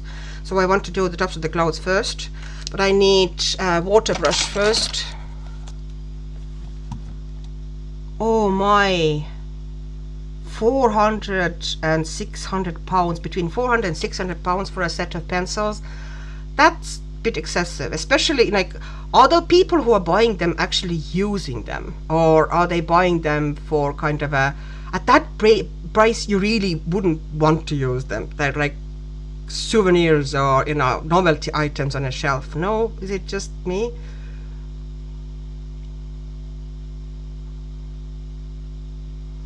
I don't know what they would be called. Modern version at Amazon Japan has modern version of Charisma pencils that are actually reasonably priced.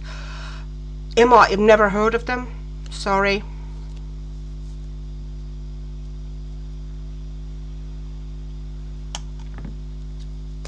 My bank would be springing me if I spent that on pencils. Okay, sorry, I'm turning the page a little bit because I need to put the stroke down and kind of it's easier to do it in sideways movement. So sorry if you feel like you're suddenly tilted upside down or sideways. Okay, so I'm putting that on top and I'm softening quickly the bottom. It's the easiest to do that way. And another little segment. Gosh, I love acrylic brush markers. Like my coloring, I think, went up notch in looks, and the finish after these came out, you know, that style of acrylic markers. Not just this style, you know, any kind of acrylic brush markers really helps kind of with finishing. Okay, I missed something. Felissimo. What is Felissimo? Okay, I don't see. I'm missing things. I'm clueless again.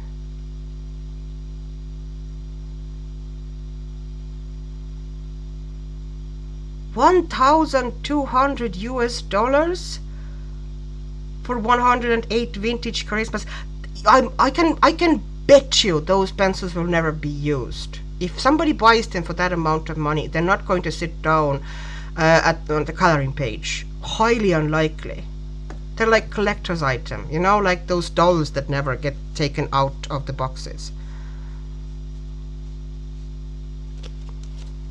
Is it just me who thinks that, or maybe I'm wrong? But I kind of doubt it.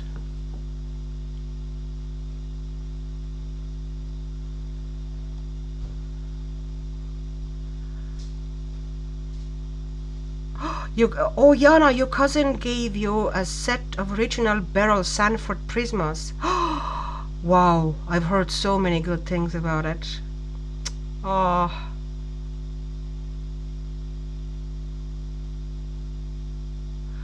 Amanda, yeah, we know. I do acknowledge that, I am into pencils, but I just, I probably wouldn't spend it. A lot of it would probably be because I don't have it to spend often also. I suspect that if the funds were a bit more unlimited, I probably too would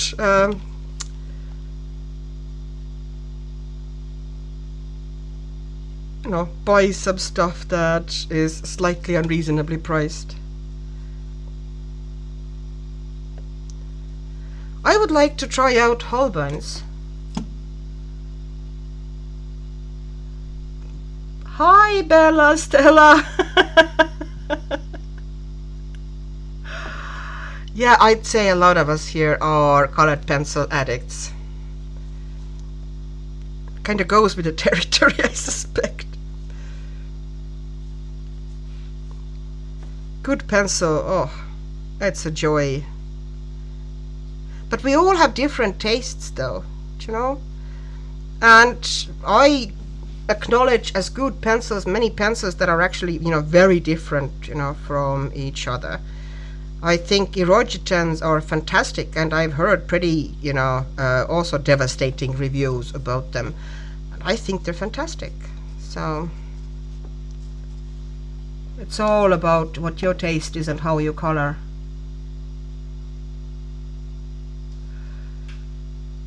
Yeah, I don't think, what estate sale? I don't even know what that is, to be honest. I've heard, that before, estate sale. Is it somebody just, kind of selling off everything from the house type of a thing, or what is it? Sanford Prisma. Yes, Emma, enjoy your pencils. Use them, love them. And you're really good at pencils. Boy, the horse you did, the one you showed me, that was just amazing.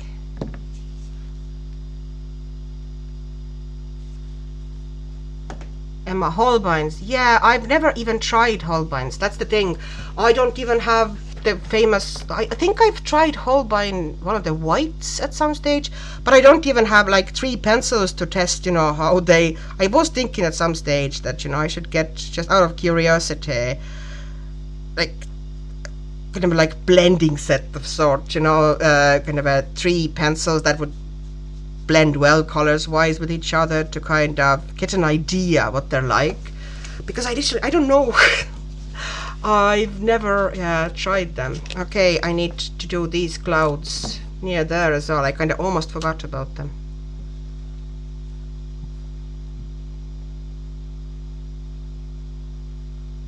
Holbeins. Are they very creamy? They're very soft, aren't they? I wish, Nikki, that we had charity shops like this here. I would be delighted to find Neocolor One's a charity shop.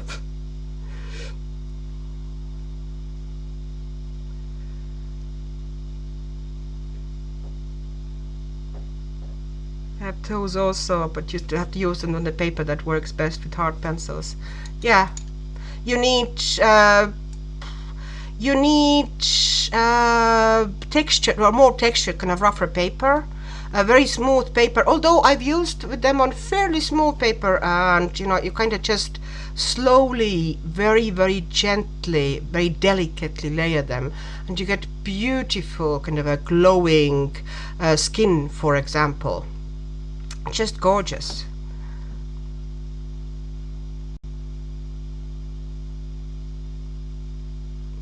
Yes, Serena colors. I've also I keep hearing about estate sales, and they just don't exist here. Oh, that's kind of sad. Estate sales here in the state usually means that somebody passed away and their loved ones are selling things they do not want to keep, which is understandable. Which is also probably explains, you know, why they are just, you know, they just don't know. Like there was probably somebody's highly treasured pencil set, and they just, you know, don't know anything about coloring or art materials, and for them it's just a set of pencils, you know.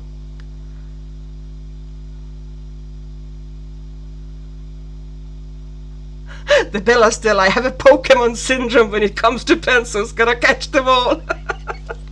Yeah, I was suffering, well, I still am suffering from that quite badly. I have been trying to get a little bit better lately, kind of, you know, put some thought into it and restrict myself a little bit, because I was kind of drowning in pencils. I'm now basically kind of trying to find new homes for some of the sets that I don't enjoy that much, but you know, I had to have them. Emma, some Breyer horses, US plastic horse toys sell for as much as real horses. Yeah, it's the collector's thing. Yeah. And I kind of get it, because I can see myself going nuts for certain art supplies. Well, Nikki, yes, we do have charity shops, but I have never seen, you know, anything like that. You know, kind of art materials are very rare here in charity shops. I don't think I've seen any art materials in a charity shop here, sadly enough. And in my case as well, when I've given the art materials away, I have more so kind of given them to the school. You know, the art teacher in the school, which, you know, made sense to me that, you know, this way they will be useful and they will be used.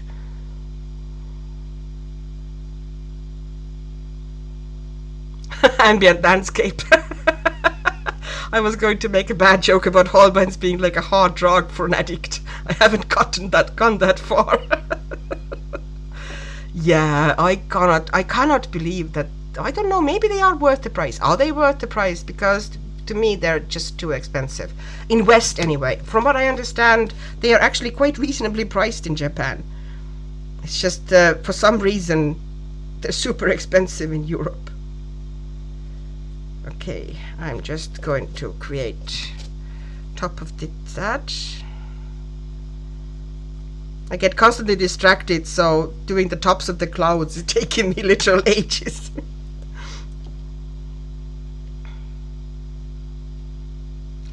Christine Karin and Craft, someday it will be my turn, and whatever my kids do not want to keep, I want them to sell really, really cheap to someone who will love them. Do you know what? That's a beautiful thought.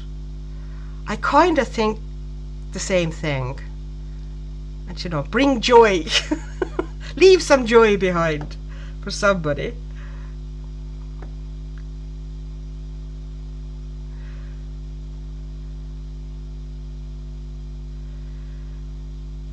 Yeah, the Pokemon reference is just brilliant with the pencils.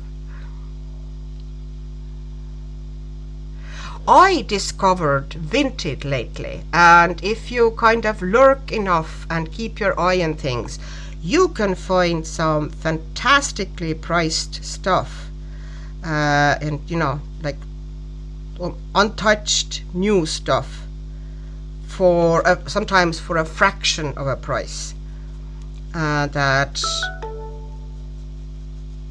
you would usually pay for them. Now we have the clouds done. Now I need to do these hats, and I need a different yellow for them because I don't want it to be the same kind of very bright, almost slightly neon-y yellow that I did on top of the clouds.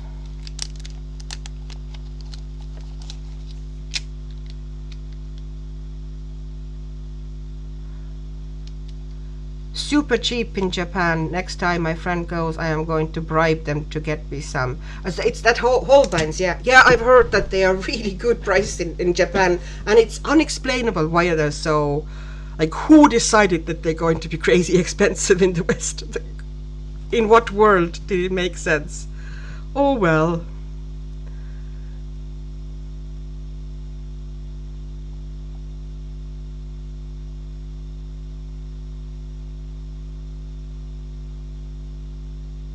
Oh my god, Emma. Oh, don't get me started on giving things to a school. I cleared out my coloring stuff and gave a few unused pencil sets to my daughter's school. My daughter came home the next day and told me some kid had dropped all the pencils I'd given down the drain. That is terrible.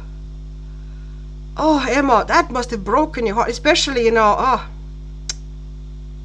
oh. One thing if they just, you know, it was an accident, but sometimes, you know, they can be little devils and do it on purpose, kind of, you know, destruction for the destruction's sake. And that's particularly painful. Okay, let's shake. Okay, another marker. It's a slightly different, warmer, brighter yellow. Actually, can I find anything kind of more muted? I think I might, because these are quite bright still. I want something warm, but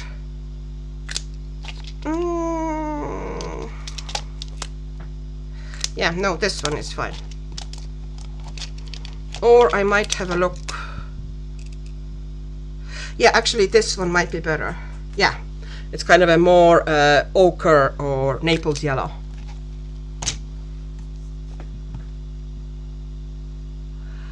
Oh, Patricia, bye. It was lovely to have you here. Next time.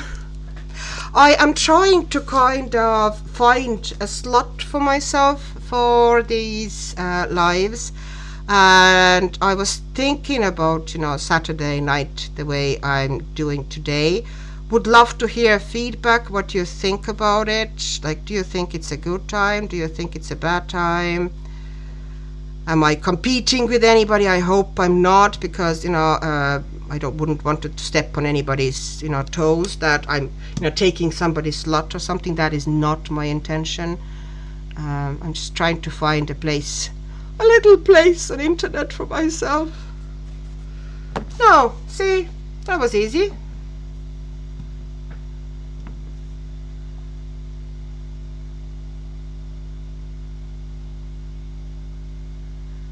Please just mentor a child who loves art and give them supplies you don't want. Yes, I kind of get that, yeah.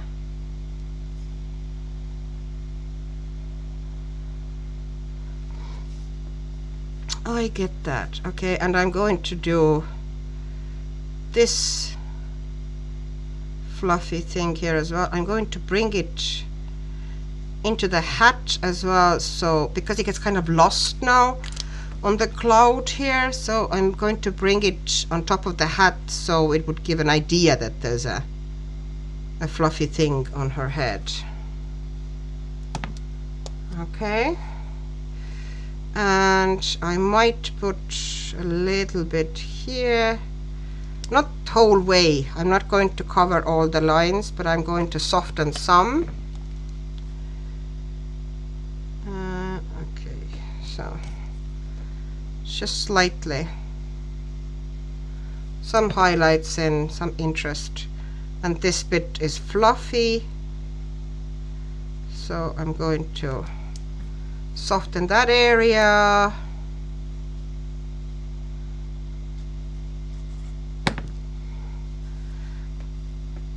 What I didn't like when we were still doing those things with the likes of Posca pens was that you basically had like different color stripe at the edge of whatever you were coloring. I love that these ones, even if you don't blend them out like this, give kind of a softer, more painterly effect. So everything looks by default more natural.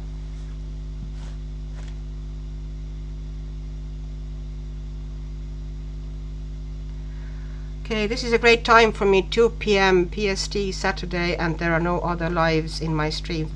Oh, that's great, ambient landscapes. That's good to know. Saturday night, like I was actually thinking that, you know, for me it's 10 o'clock. This for me is a good time. I tend to be a bit of an owl, as I've said before, and you know, it would be easy enough for me to just, you know, come 10 o'clock into my craft room and just, you know, throw a live out. So if it works, that would be great.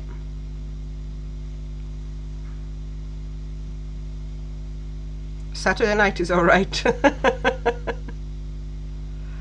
Yes, it seems to be like, that's what I was thinking. I was kind of trying to settle on time that would suit for both kind of European crowd and, you know, US crowd as well. You know, it's still afternoon, kind of a parts of US as well, and Australia has pretty good time zone, kind of a time also. I think it's about 8:30 in Australia when it's 10 here. So it's like I was kind of trying to figure out, but I was just hoping that I did look around. I didn't see any other streams, but maybe I just missed something. So I really would like, you know, wouldn't like to kind of, you know, steal somebody's slot or anything.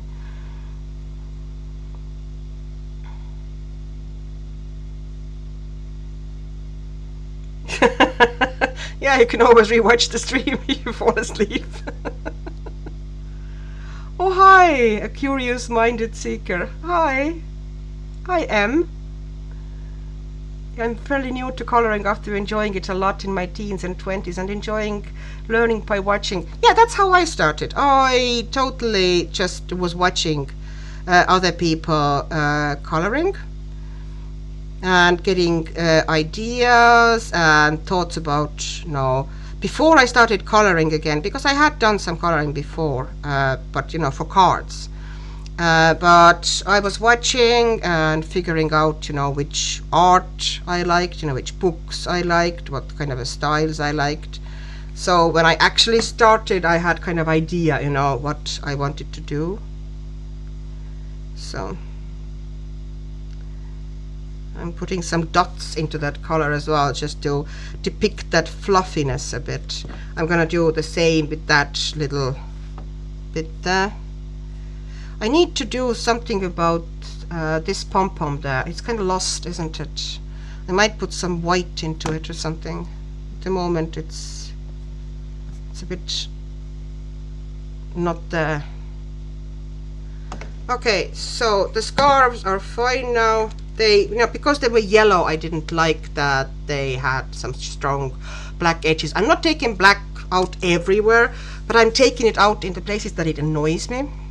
So I'm going to put some dots into it, and I know I'm going to grab actually I need white gel pen first, because I have some details here that I need to white gel pen. White gel pen, my beloved Langor 1mm. I think this is they call it calligraphy, but they're just really good, juicy 1mm gel pens. Love them. Love them, love them, love them. 4 a.m. Wow! Wow, Bella. I am, oh, sorry, not Bella. 4 a.m. is, that's extreme. Although I have to say I get to sleep many a night at 4 a.m. So I'm also a bit of an insomniac.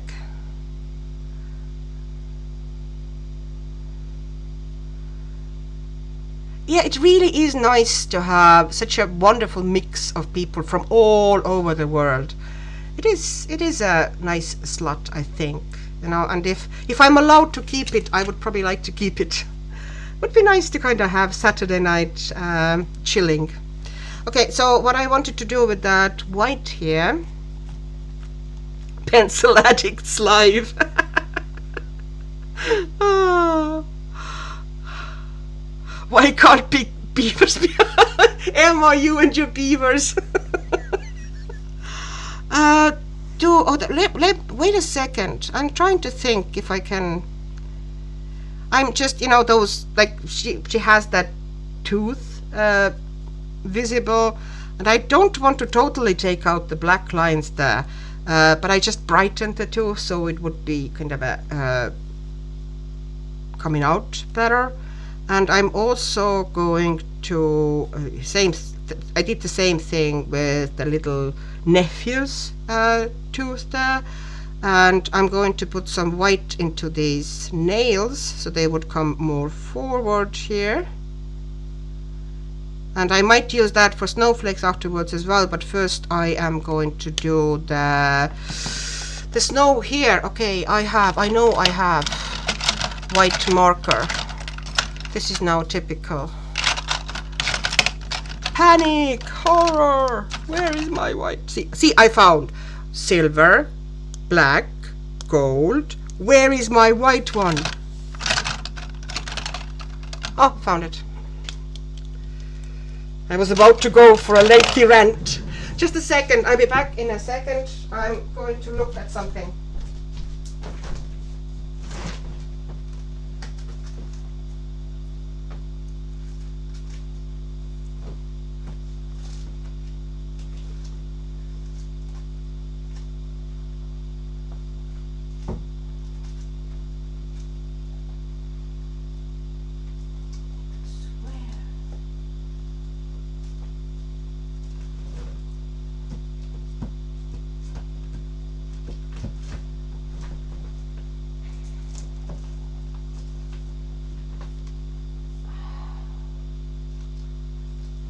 Be back in a second.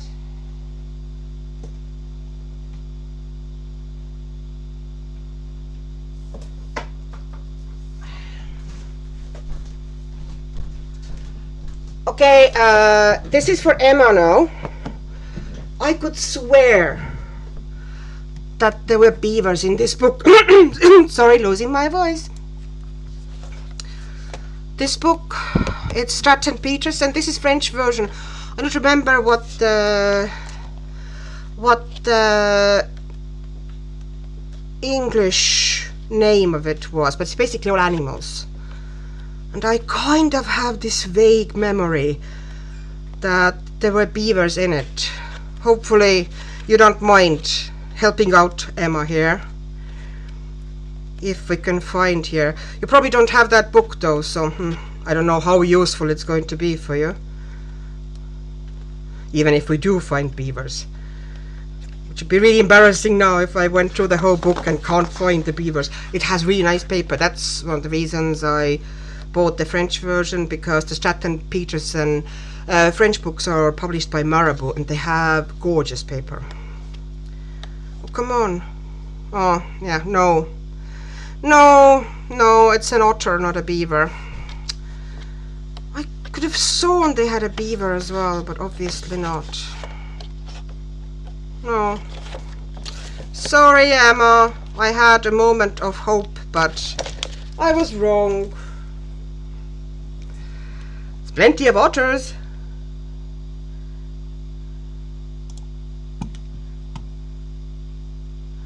So, what's happening in the chat? Let's have a look.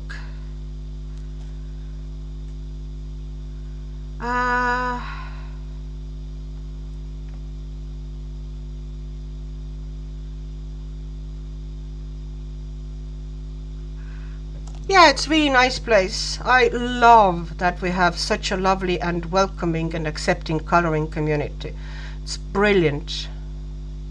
Panda fly, I have heard of them before. I think I heard from them on Candace's channel. Yeah, Candace, the Happy Catastrophe. She, I think, uses them quite a lot. I'm taking the gel pen. I'm actually putting some little dots into this fluffy bit there, and I'm going over. I'm actually creating a bit of a fluffy edge for that little girl's pom-pom because it's just getting lost on the clouds.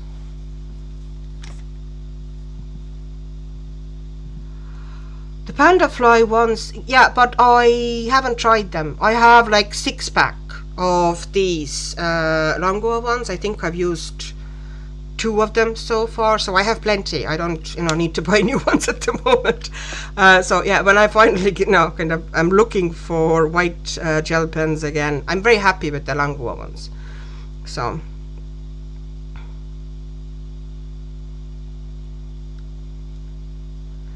Christine Kark, I love these clouds. I did these clouds. There was a video this week I published that was called, I think, Late Night Coloring Spell number 2. I did the full process of how I did these clouds and the snow in that video. If you want to kind of, check it out, it is genuinely very, very easy.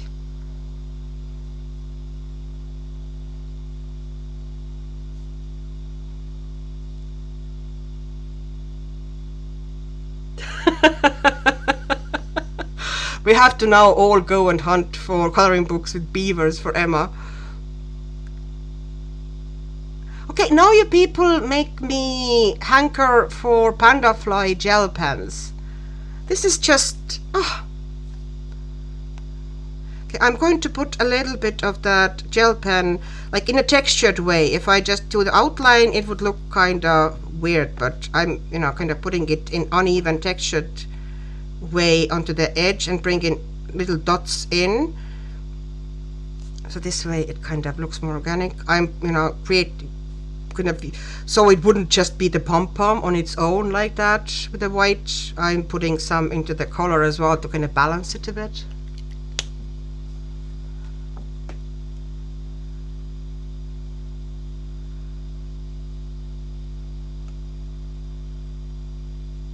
Is everyone looking for beavers? People, open your coloring books and look for beavers. Animo de Paula Brown. Okay. I really like Paula Brown's art. I just have issues with the branches sticking out of animals' bodies. I know what he means. I know, that the thought of it behind it is all nice and beautiful. But to me, those animals are all hurting, and I can't color it. But it's so beautiful. It's really annoying. I got the book. I looked at it. It's beautiful, gorgeous paper. Everything that I should absolutely adore, and I just can't make myself to color it.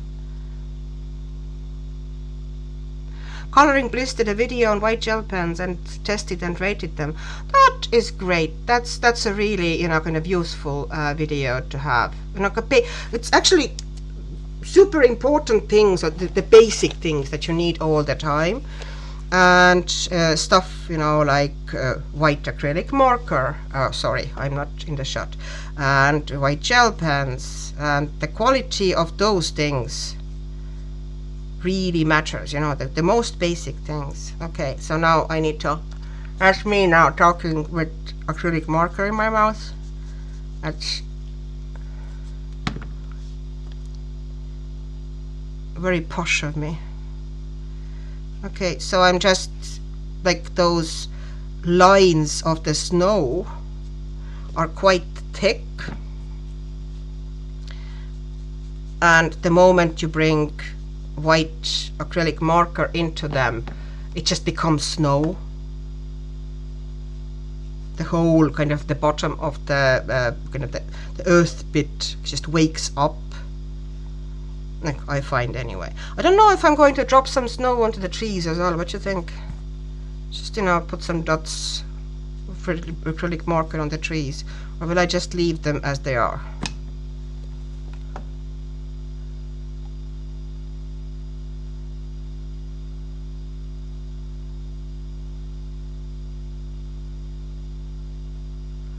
Crime Weekly. Okay, people, you have shows that I don't know anything about.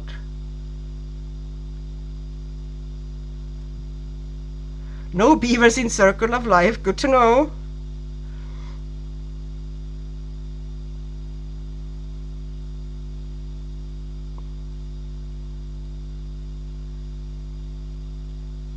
true crime. Yeah, I've said it before. I prefer my glam crime of the week, shows like Criminal Minds to true crime, because true crime is too realistic.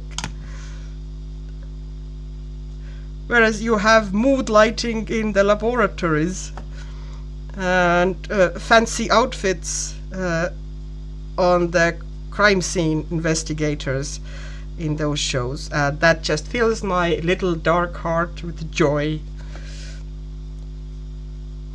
And of course I laughed my butt off.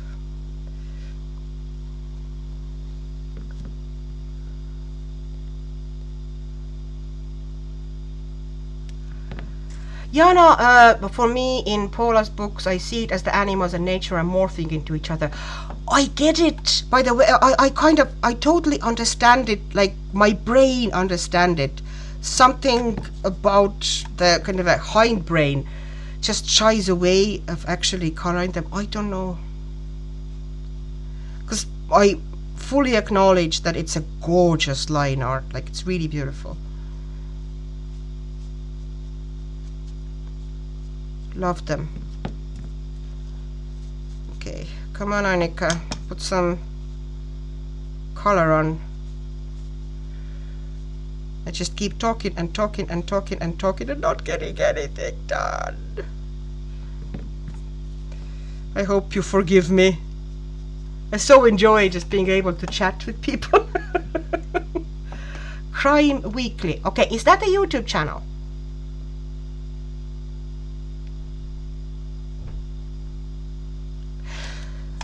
Does everybody watch History Hit? That's one of my favorite channels. Like anything with Eleonora Janega is absolutely fantastic. Really enjoy the way she talks about history, especially Middle Ages. Like she is so funny and so matter of fact, and kind of tips over so many kind of myths we have our head about those times. Of course I love history shows anyway, or history kind of content. Just one of my favorite subjects. Love learning about history. How long have I lived in Ireland?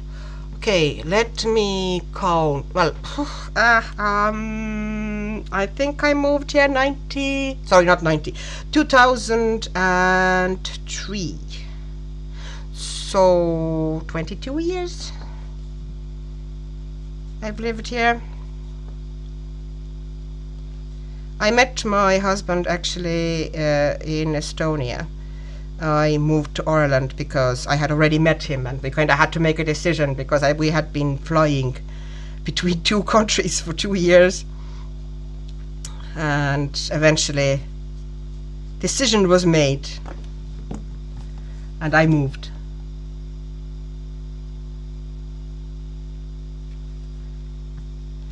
Yeah, Amanda, it really kind of makes a difference. Just, it's very quick. Keep it not very wet, but more so damp, the water brush. And just a quick kind of a swipe the bottom of the line, and it just gives such an easy and softer result. So there.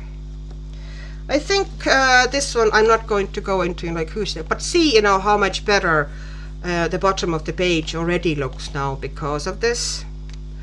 Now I'm going to be lazy about these speed lines. I'm going to do them just with white gel pen because I think they still need to be done. I think it would look better if I do them with white.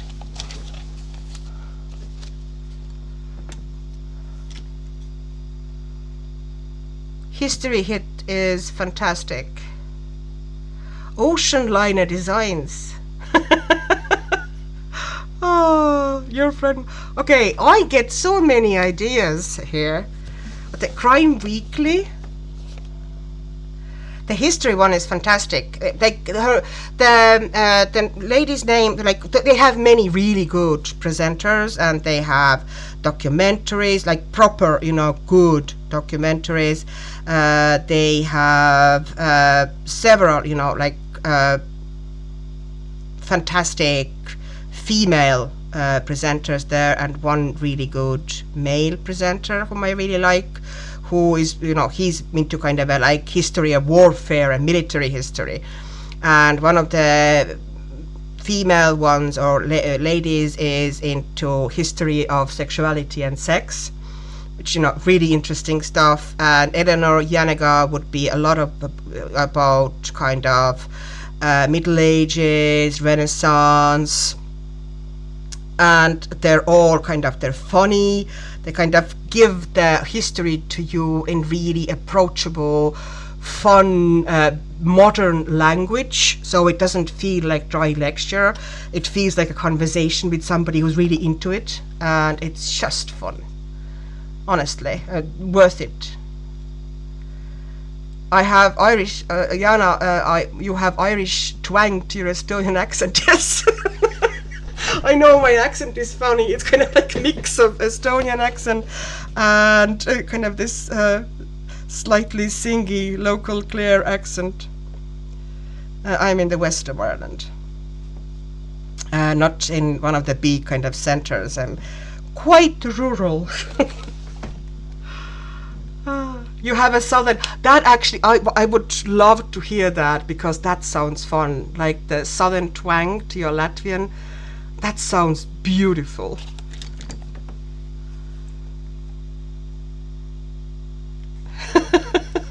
Yeah, it does sneak in. I know. And kind of idioms and kind of sayings, that are, basically very Irish ones. They kind of tend to sneak in here as well. And now we're going to do some snow. And here I'm actually following the way he has put the snow down, because I think he's done it very well. That, there's different sizes and distances. It's not too uniform. Some of the snow is further away, some is very close.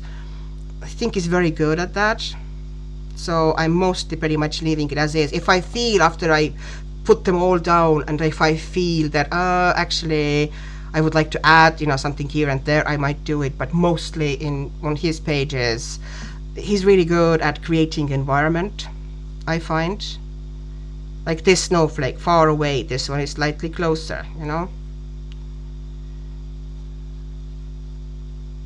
But I like doing them with acrylic brush marker, because you get the slightly softer effect. It's not as defined as it would be with a gel pen or acrylic pen. Christine's kind of yeah, I will be back. I'm going to get a snack. This has been a hard work. You need a snack. Yeah, it's been going on for a while, isn't it? Okay, and I know that there were a couple of little snowflakes kind of flying out of the frame as well, which I've covered now with the paint. I like that paint, by the way. The color of that, it's so neutral. And it was super cheap. Do you have Lidl where you are? Mike Brady. Oh.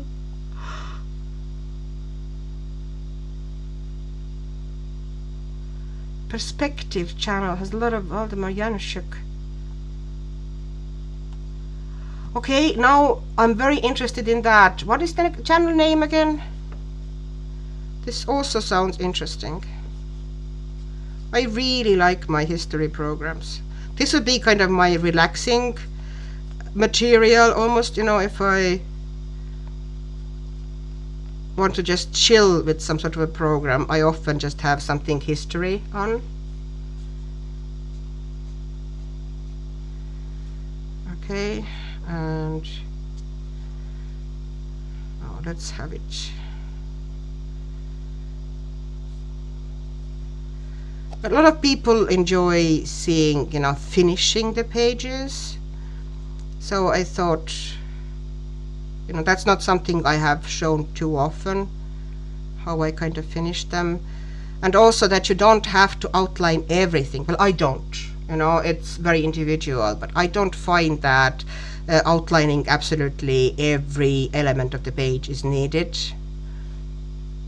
It's just some elements to kind of create strong highlights are totally enough. You have donuts by your bed. Oh. Which paint did I use for the background? Okay, as I said, here it is. I don't know if you have Lidl where you are. Lidl has occasionally, it's kind of like this supermarket, cheap supermarket that has weekly offers, okay? And usually, you know, it's kind of like cheap but decent quality stuff, from electronics to art materials. You know, not very elaborate or big sets, but decent stuff.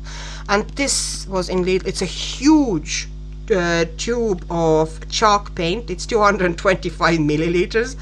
It's like, it's gonna be a while before I get through it, but it's lovely matte paint, really neutral for kind of like backgrounds like this. So I like it a lot. And it was really cheap. It was possibly maybe €2.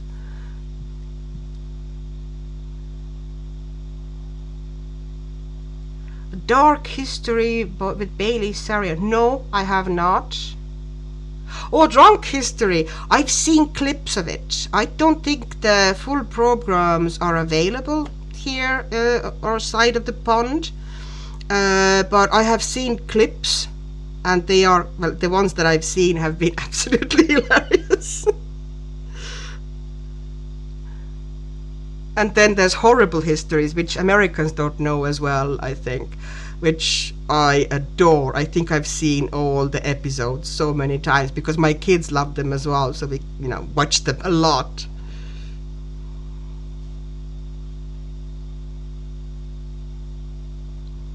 Okay, I might add some extra snowflakes here and there, because here the good old artist problem is that they have this thing that they don't put snowflakes onto their characters, and to me it just sometimes feels a bit weird that it's snowing anywhere except on the characters. So I always try to put, you know, if it's snowing, I try to put some snow onto the, you know, maybe, you know, not really strong snowfall maybe on the face, but, you know, flake here or there would be nice, wouldn't it?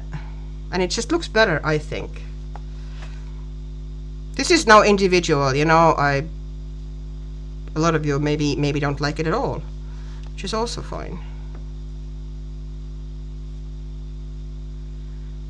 Not too many, but, you know, some here and there. Okay, do we need something sparkling, or are we fine? What do you think? Is sparkle needed? I might put something slightly on the lines of, but not on the lines, but add some little bit of a highlight maybe on these trees.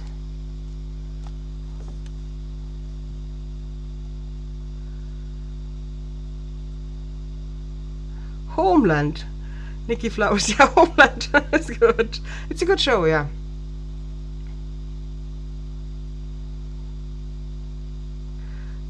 Drunk History is essentially they get somebody, some celebrity, really, really drunk, and they have previously given them a specific event in history which they have to describe when they are absolutely pissed out of their head. But they also have actors, basically the celebrity is telling the story, but they have also film actors acting out the story on top of what the celebrity is saying, kind of, you know, basically like to their words the way the celebrity is telling the story. It's really funny. If you search on YouTube Drunk History, you know, there's some absolutely, like, if you look at the clips about Byron, and I think they had had quite a bit about Byron, which was absolutely hilarious. Searching perspective in YouTube search brought them up as my first perspective. I do have a VPN, by the way, so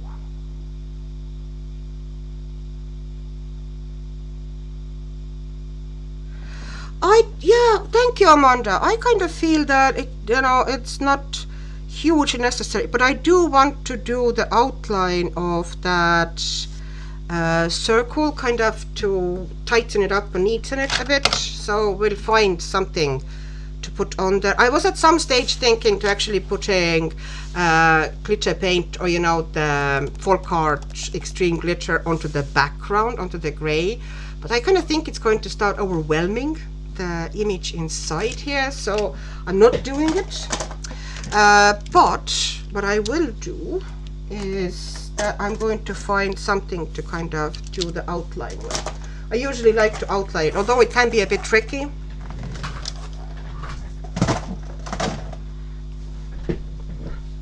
So what color is it going to be? Possibly silver.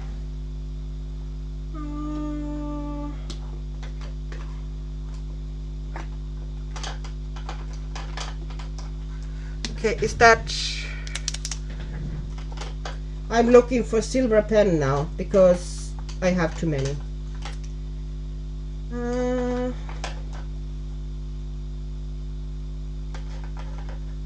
I'll take the sparkly one. That sheds, of course, but it is the prettiest one. Oh, I need to put a little bit of a white gel pen here. I want to kind of emphasize these little bits there on the hat. I don't even know why I was badly needed, but clearly it was. And maybe some dots on the cheek here, just to bring some extra life onto the face. And a dot on the nose. The nephews already have dots in the noses. And here as well, maybe kind of like little couple of dots. That's just to add a bit of a detail, so it wouldn't be so flat. Yeah, always go around the circle of matchsticks, a gold pen. Yeah, I do different colors usually. Let me see what I have done here. Here's the gold pen. I love that gold, by the way. It's really kind of pure metallic. Really nice gold pen. Then this one is done with silver. This one is... Oh, wow, it's not done. Can you please note? I actually have not done one of the circles. This one is silver. This one is gold. Yeah, I like to frame things if I can. I think it kind of finishes off the images nicely. Okay, I kind of would prefer a different color though. Let me see if I can get this pen working. It's not working very well for me. The one that I actually want.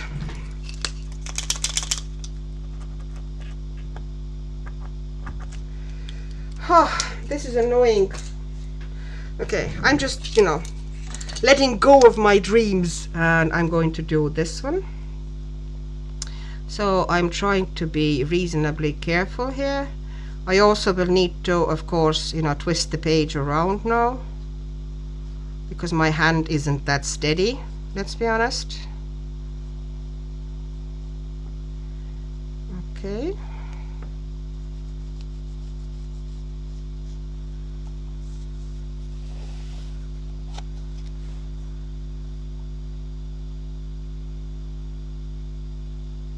Hi, Christine, Coloring and Crafts. Welcome back. Oh. Conk on History. Oh yeah, that's on Netflix, isn't it? No? Okay. Is it Netflix? God, I'm getting all the streaming platforms mixed up. Oh, the Knives Out, the third movie is out. Did you know that? This is on my weekend plans. I will try to make time tomorrow at some stage, and I want to watch it. I loved the first two, The Knives Out and Glass Onion. These would be Netflix now.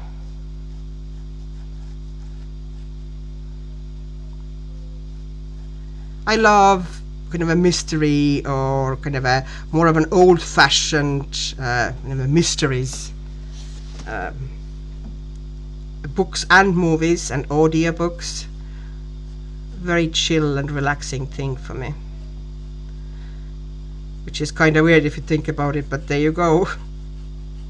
And I'm not the only one, I can tell you that.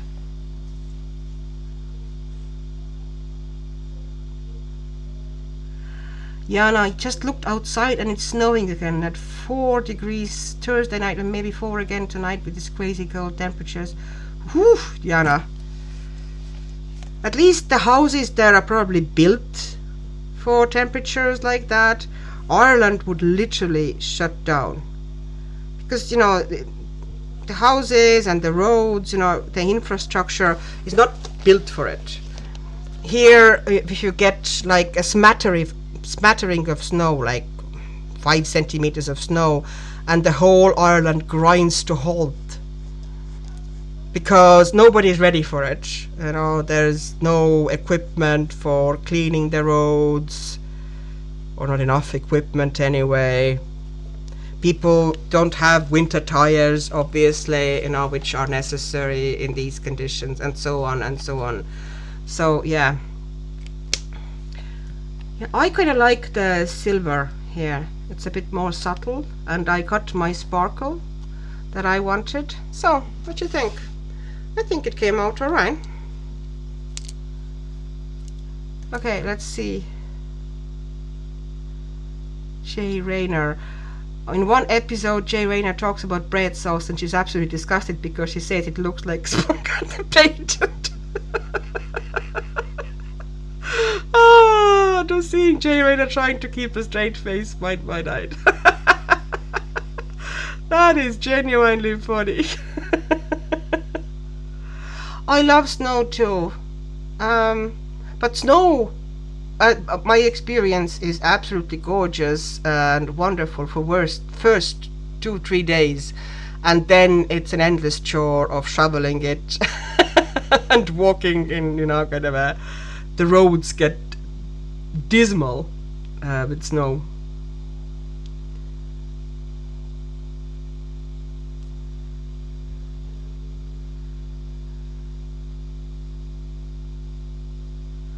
I got cut off from my Christine Corrincross. I got cut off my Netflix here at house too. They said nope, no more for you. Oh, is it because you were not on your Wi-Fi? They do that nowadays. Yeah, that they pretty much, you're not in your house.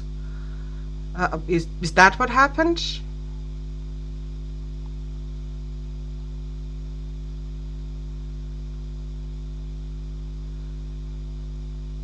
I like Lives Out because Daniel Craig.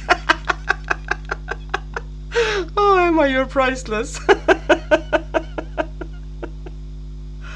I know YouTube. YouTube is a great TV. I've noticed as well that I rarely ever watch TV. I'm more so inclined to watch stuff that, is specifically geared towards my interest, which is more likely to happen on YouTube, of course, And you get this feel of community here as well, of course. It's still snowing here, and it's 18 degrees and falling. Wow, people. Oh, hi, Wilcox Mama. Hi. Thank you.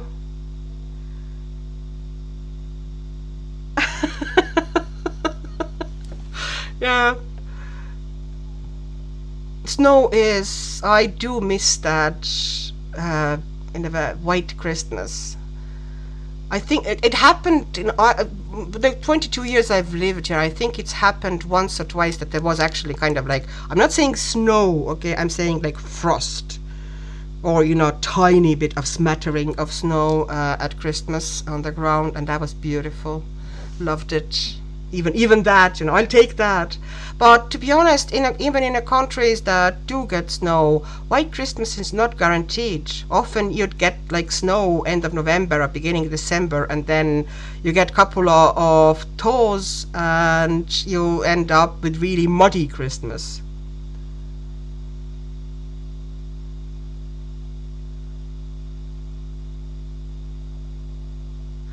See, Jana, I don't. You're saying you like the snow as well. I don't mind driving on snow, as I know what I'm doing. Can't say that everyone else who doesn't know how to drive on snow. I have to say that I don't really, because I learned to drive in Ireland, and we don't really get much snow here. So I would actually struggle driving in the snow. I know that you're not supposed to brake, really. Use gears for slowing down, because you end up in a spin if you brake sharply.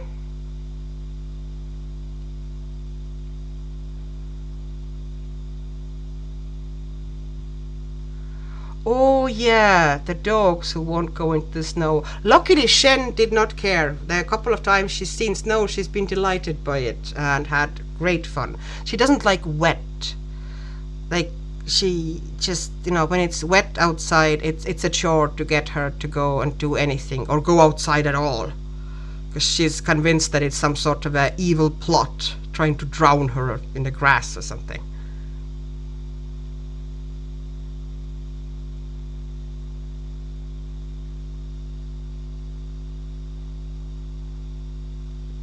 One of my best Christmas was in Caribbean. Wow.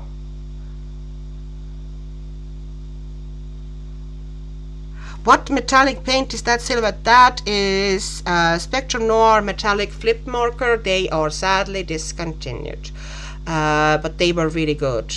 Problem with these is actually a couple of problems. One is that they will go through. Whatever the thing is that binds them kind of tends to go through. And secondly, that they are not 100% kind of set on the page. That glitter effect, that really strong glitter effect, comes with the sacrifice that it's not as permanent and strong on the page as your more kind of less glittery metallic pens would be. The likes like the metal golden shine markers. These, once they're a page, they won't move.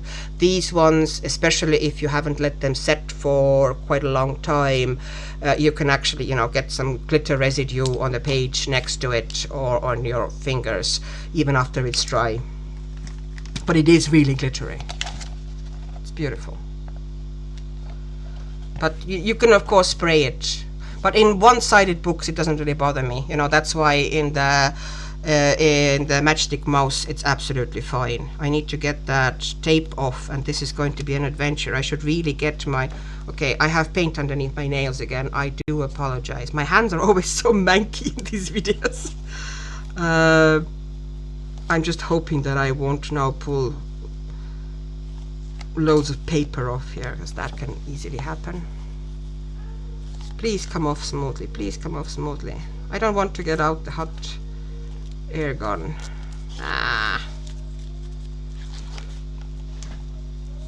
You're messing with me. Okay, I got it off. I got it off. Let me see if I can go onto the... No, here we are. Page done. See? Progress. I made a page this week. Yeah, Spectrum Noir, I think they're pretty much, from what I can understand, they're either bust already or kind of about to go bust. Maybe they managed to pull themselves out.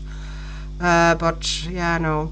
I have, Sorina, I have not tried Prismacolor Premier markers. I don't think they're even available here. At least I've never seen them on sale anywhere, that I could actually get my hands on them.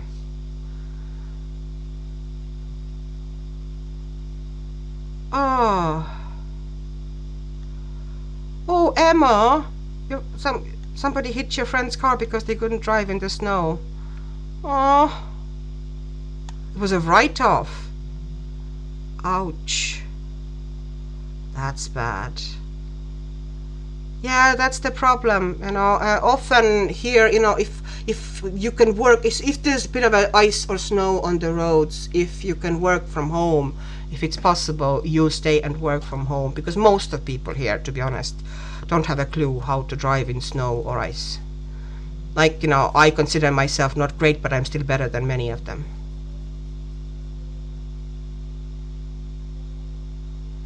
Thank you for a compliment, Amanda. I think it came out all right. So I might go back to the Hanna Karlzon page for a couple of minutes, for a little while, and then I'd say soon enough we'll have to wrap here as well. I can't keep you here forever.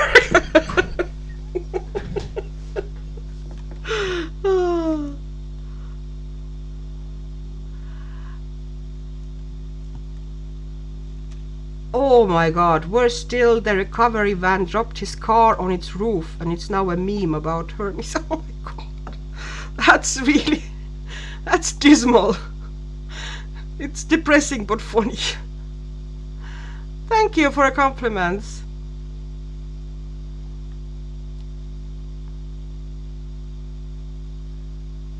$200 for a set of 72. For what? Oh, for the markers.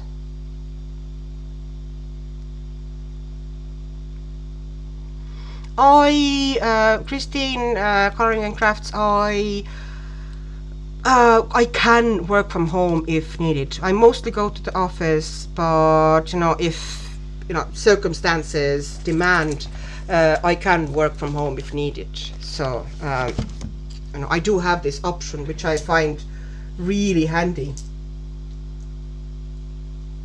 in situations like these. Wait a second. Oops. I have to pull out my pencils again, and I need some drink. My throat was getting real dry. I was wondering why I'm coughing. It's like, okay, I've been talking and not drinking. You've had Prisma markers for 20 years and they're still juicy. That's good going. That is good going. I have similar situation with my Copics.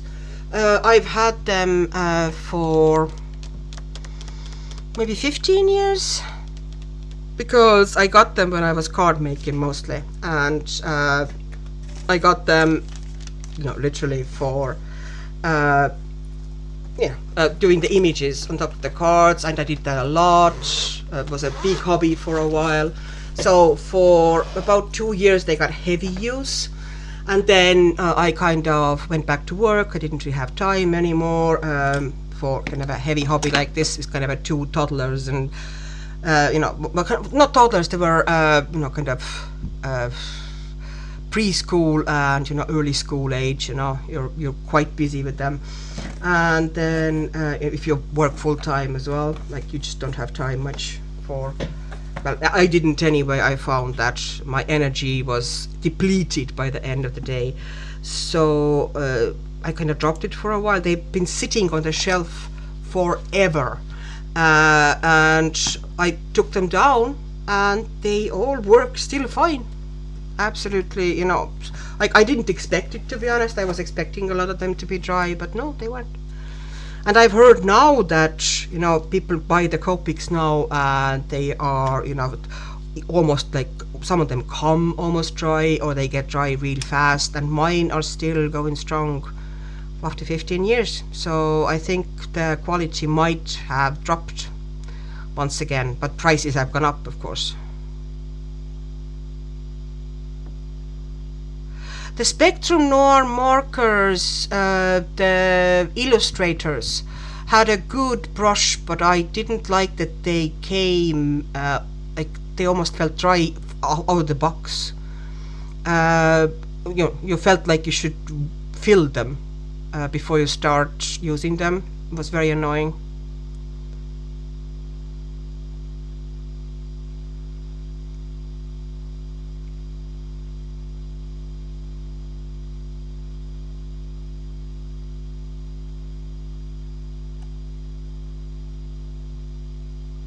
Okay, no, I am not going to go and look for Prismacolor markers. I'm going to distract myself with something here, and I'm not going to go and check out Prismacolor markers, because that will never end well. That will end with me buying something that I absolutely do not need. I have so many alcohol markers. Like, no. No, no, no, no, no, no, no. I already have Copics. That should be enough for anybody. And I have the Hoo markers, which are, I find, quite a good value. So they have also some good colors.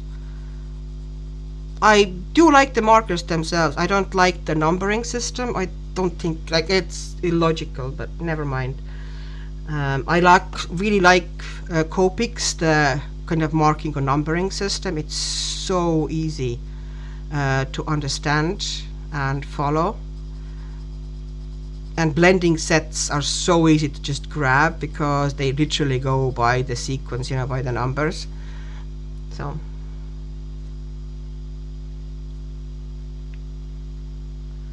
Copic sketch set, Christine Carringen Crafts.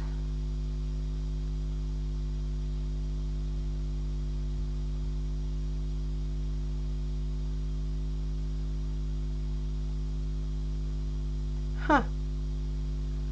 Oh, Hoo is fine. You don't need Copics, Bella Stella. You really don't.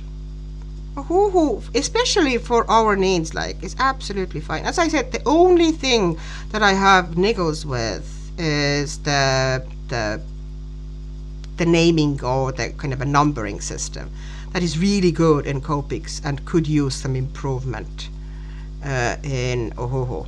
I think they're trying to improve, but instead of improving, they have new numbering system now coming up. To me, it's even more illogical.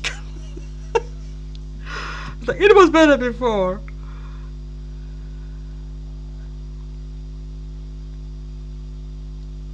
A curious mind.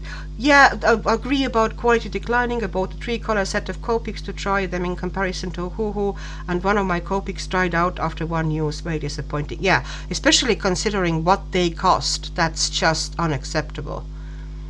Because when I bought them, they were not as expensive as they are now. Although they were still expensive, okay? I'm not going to say that they were cheap, no. But they were kind of, worth it. They really lasted well. They are fantastic quality. The brush, at that stage. Back then, you didn't have as many choices as we have now, let's be honest. There was barely any other ones out there. But, sadly, I have heard, before that Copics have gone down. So here, I am going to do this. See how lazy I am. Can you see how lazy I am? I'm putting basically the shading down with this marker, pencil. See, we're talking about markers, and now everything is a marker.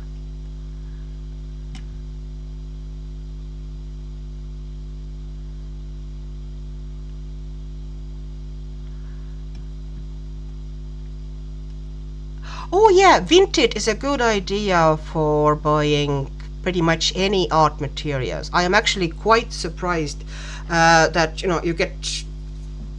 need to, of course, kind of lurk and look, know what you're looking for, and kind of keep your eye out and keep searching, and eventually you might get really lucky. I got really lucky with one pencil set there, which was like wow. I got pro colors. I had been wanting pro colors for ages, but I just didn't have that money to spend. And I kept I discovered Vinted, and I kept checking once in a while. And I had certain things that I kind of wanted, and I kept eye out on.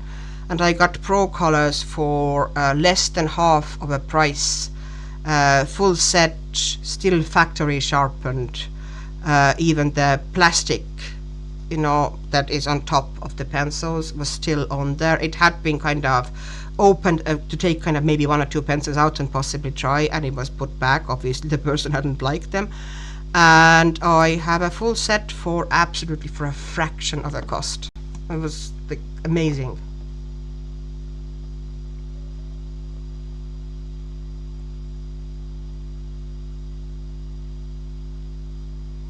I don't know if vintage is available in your area. This might be more of a European thing still. I think it started, was it Lithuania originally, and it's now quite big in Europe anyway. It's pretty big in UK.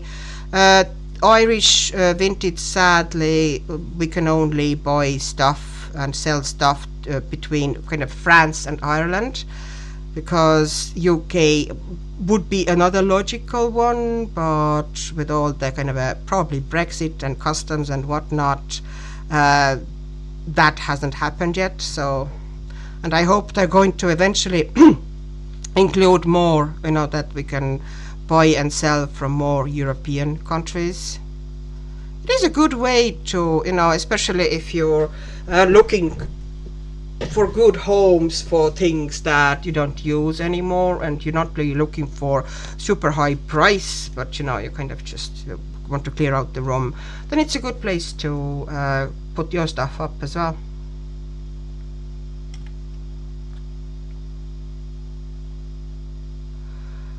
Emma, I got a set of Ohuhu pastel markers on Vinted for 15. Yeah, that sort of a deals. Yeah. I was super happy with my Pro colors. Facebook Marketplace doesn't really function here very well. It seems to be much better in some countries than in others. Either it's not very popular here, or it's just people don't use it as much, and there's kind of, if there's something there, there tends to be a lot of kind of weird stuff, so I don't like Facebook Marketplace as much for here.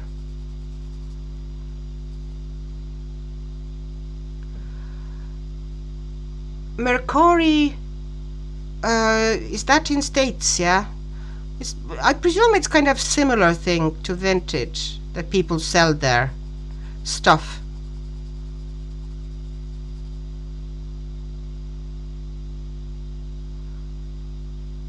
Yeah, the Facebook Marketplace, Christine, I think it's the same here as well, and there's some kind of like really weird and loads of kind of weird and iffy ads, and a lot of kind of a rubbish that people try to sell you there. And yeah, I don't really use that. Maybe it's better in some areas once again, but here it's not great.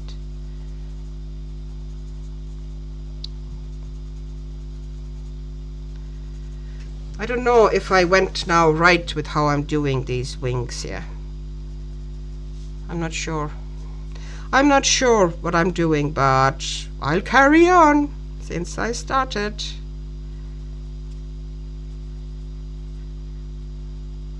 And I might eventually put some kind of white gel pen in there as well, but not, doing the full outline, kind of just in highlights.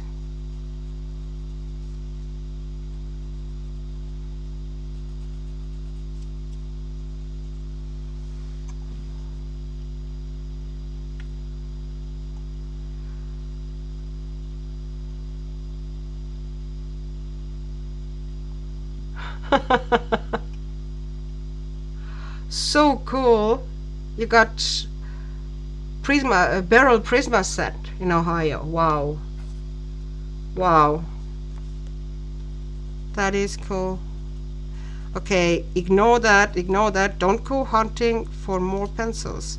You have enough pencils, Exik. Your life is okay. You are not suffering.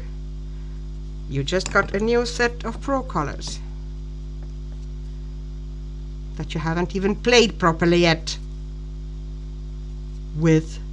One set I really want actually is the Derwent Drawings, of course, the 72 set. So I'm hoping there's going to be good prices for that at some stage after Christmas. Maybe would be nice.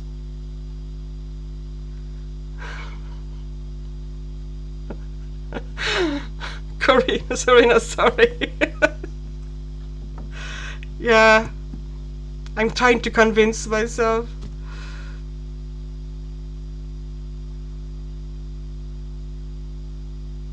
Yeah, Serena, that's what happens to me as well.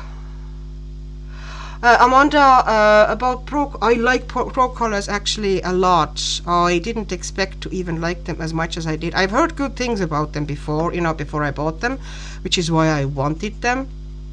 I like a hard pencil sometimes, more so than I like a soft one. It depends on the paper, of course, and what you're coloring. We all know we have our preferences on different papers and what. And I heard that they are really nice on watercolor because they are truly matte, and they don't leave, if you just do shading on watercolors, they don't leave this kind of a shiny residue, but they lay down fairly matte, and that they lay down very well. And I did test them, and firstly I tried them and I was like, they're hard pencils, really? They're not hard, especially on the surfaces like watercolor, which is one of the surfaces I tried. They go down so well. They go down like butter. It's so nice. Just a second, I'm going to be back. I'm going to show you.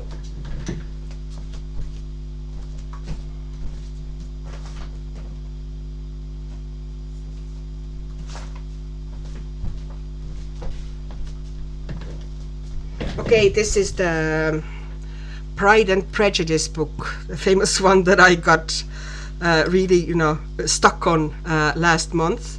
Let me see, I'm going to change the camera. Okay, so I did this one. Okay, it washes out. For some reason, light always washes that face out, but never mind. I did these draped at the back with pro colors on top of watercolor, and it was like they went down really smooth, really easy. There was no kind of this hard pencil feel that people imagine a hard pencil, that they are scratchy and hard to get pigment out. Very pigmented, give load of color out, especially in kind of a more textured background like this. They're just beautiful to work with, and this is how they are. You don't get that kind of of course you get a tiny bit of every pencil has a little bit, but look, there's no kind of heavy shine on them, which I like. So yes, I do like them. It's a short version of this long and involved tirade.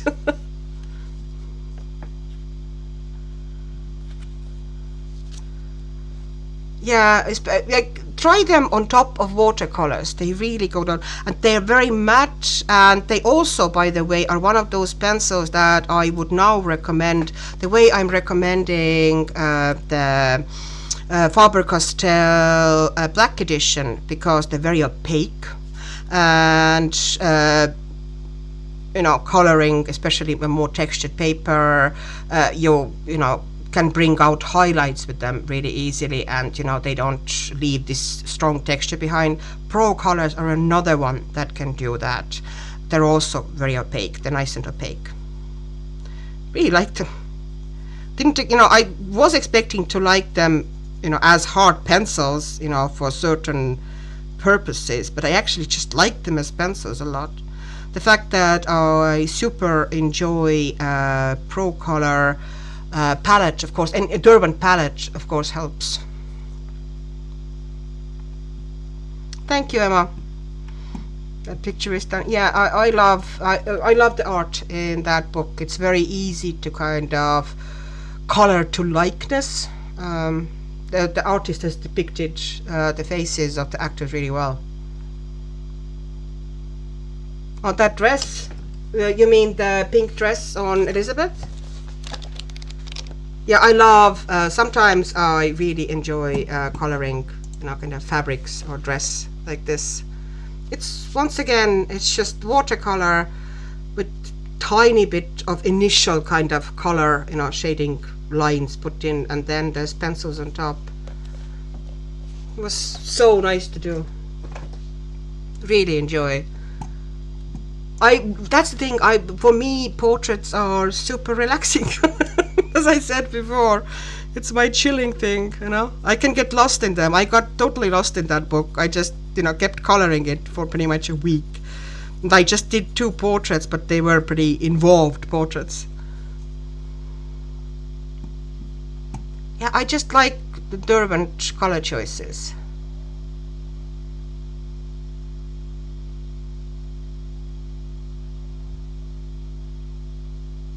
Christine's Coloring and Crafts, you have parrots. I love parrots. I can imagine they are a lot of work though.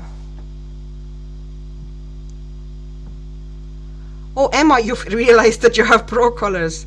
Yeah, they're lovely. Lovely.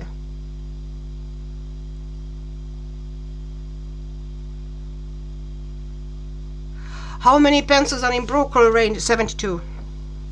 It's like most of Derwent kind of like older sets, they all pretty much had 72. They're now trying to come up with the sets that are more kind of bigger, like they did the Chroma Flow, they went up to 150. There they clearly tried to kind of be Prismas, Prisma for a European person, or but I like Chroma Flows a lot, so I don't mind. And then they also, brought the light fasts were also brought to 100. There was initially, I think, 72, but they did bring it down up to 100, which I really love because there's some really nice colors there.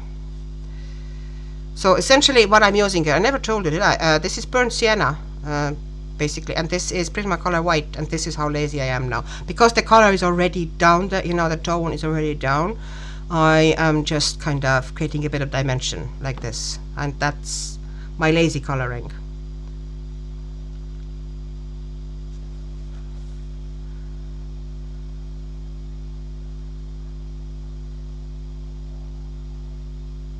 Conures, lovebird, pineapple, green cheek, and green cheek conures.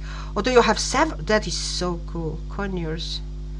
I think I know how conures look. I don't know really much about different breeds of parrots, but they are so beautiful. And you see them on YouTube, in fun and cool videos and shorts doing fantastic things, and you're like, yes.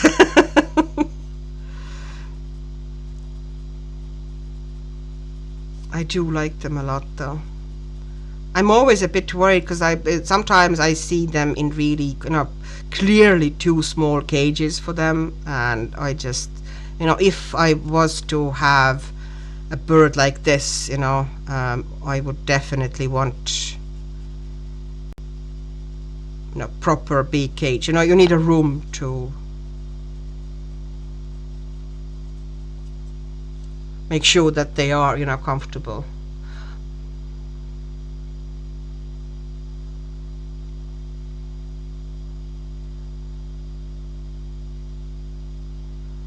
Serena, if they're not at work, they are not my vibe then.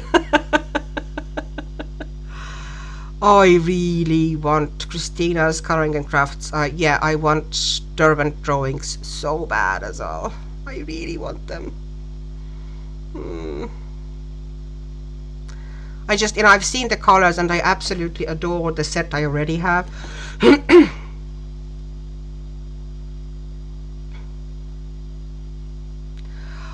The Emma color softs.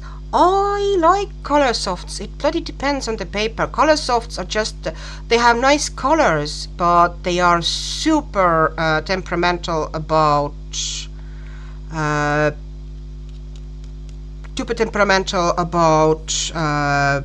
paper. They want good paper, or at least certain types of paper. They were really nice, for example, what's her name, Uidan Redaci,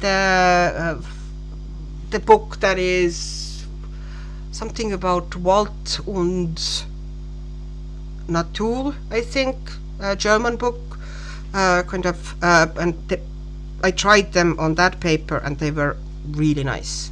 So they just are pretty hard on paper, essentially. They demand to be treated well and given a nice paper to lay on.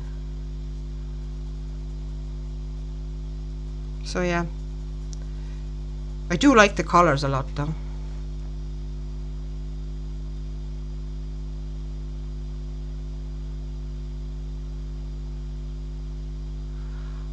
Christine coloring class. Oh, they are beautiful, messy, fun-loving, playful little fellows. Aww, I like birds. I'm a huge fan of birds. Like, my backyard is like, there's a lot of feeders, and like we go through different types of bird seed and bird feeds like there's no tomorrow. And we have quite a cute variety for kind of like little, small backyard feeding. So, and I like them all, even the crows, who are also, I think they're really beautiful birds, and they're super clever.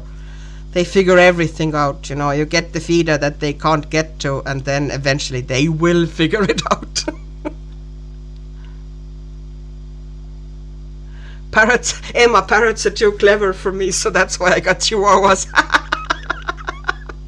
Oh, hi, Living Skies Vintage. Hi, glad to see you.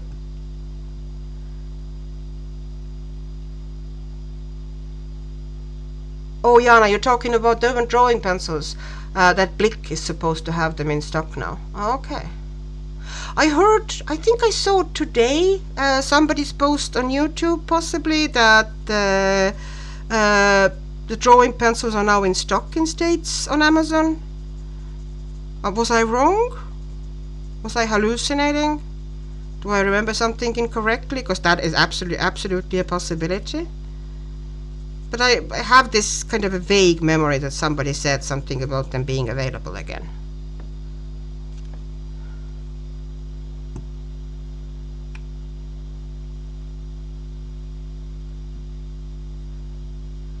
Serena colors, you agree with me on the color soft 100%. Yeah.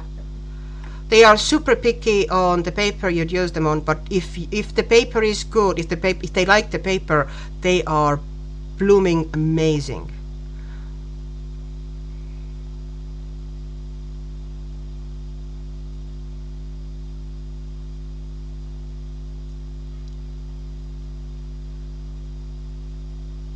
Aww.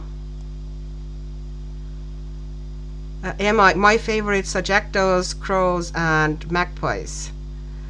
Crows are so cool.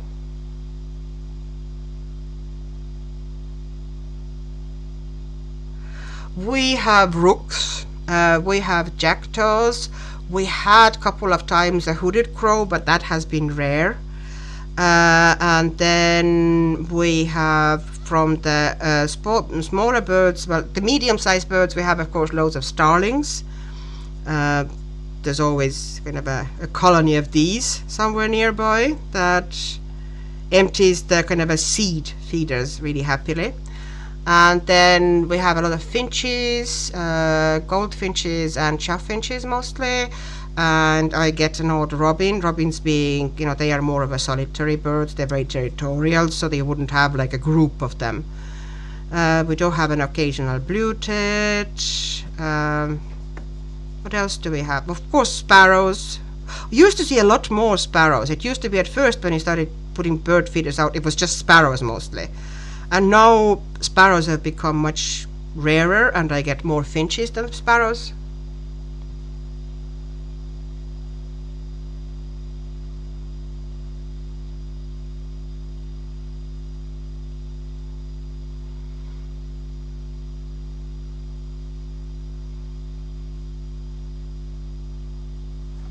Aw, Living Skies Vintage Sparrows and chickadees. Chickadee is such a cute name.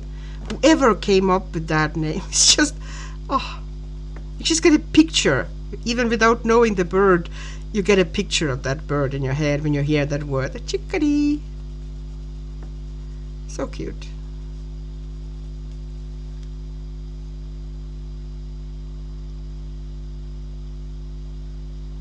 Millipants, yeah. So they are back on Amazon, US. Sydney from Cindy, you haven't seen Sparrow for about 15 years. Really?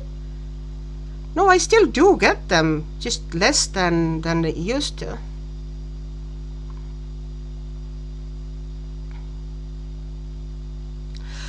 We used to get swallows occasionally as well here.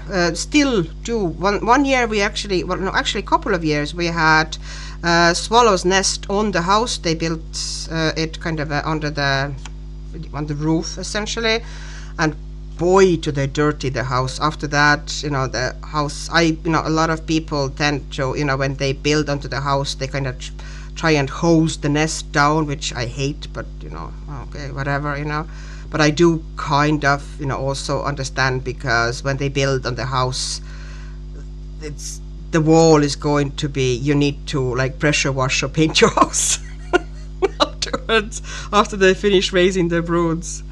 It gets manky, but I didn't mind. I just let them be, and yeah, they raised a couple of broods here under our roof.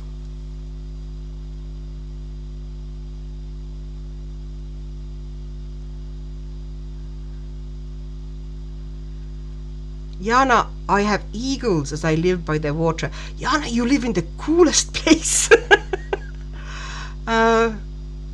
We back in Estonia, we used to have storks. Pretty much, we lived. One couple was nesting on top of the electricity pole, pretty much in front of our house. So we had like very close and intimate relationship with them. I love storks. We didn't really get eagles. We did get hawks occasionally flying over. Here as well, you don't really get eagles, but, well, I haven't really seen them, but I have seen occasional hawks.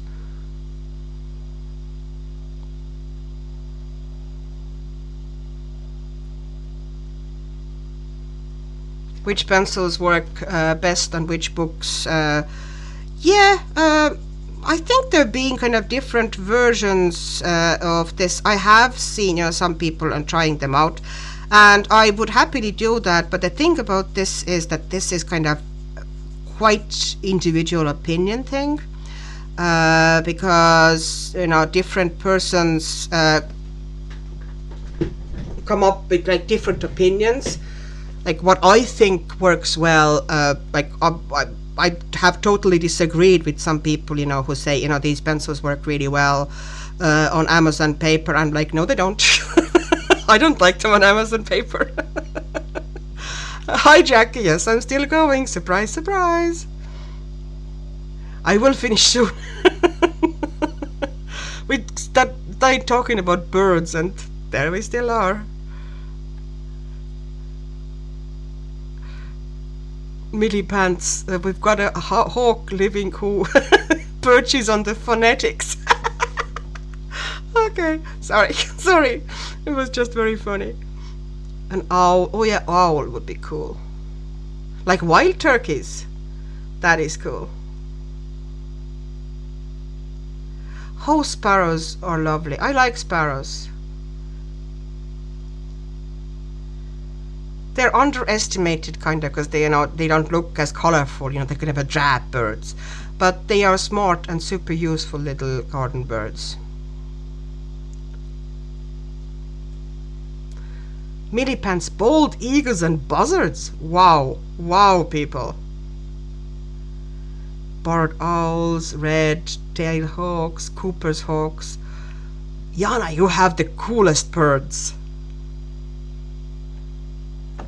I would love to have owls talking behind my window. I don't know if I actually would, but the dream, the fantasy exec would totally love that. So,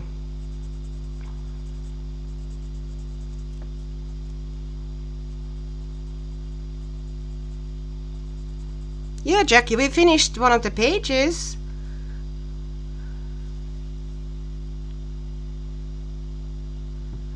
Ah, coloring wisdom of the channel.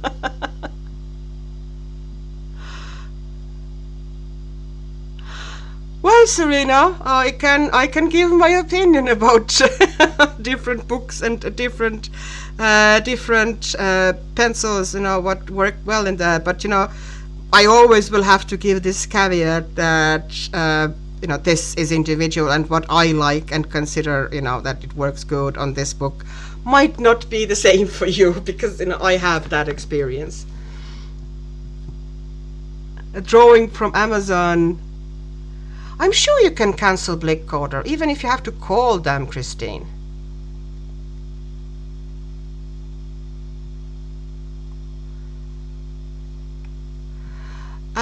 Prismacolor worked beautifully, pretty much any paper except Klara Markova books. Mine hated that paper. Do you know what? I'm going to give, well, once again, see, now this is going to be another one of these slightly controversial things. I don't like Prismacolor on Amazon paper.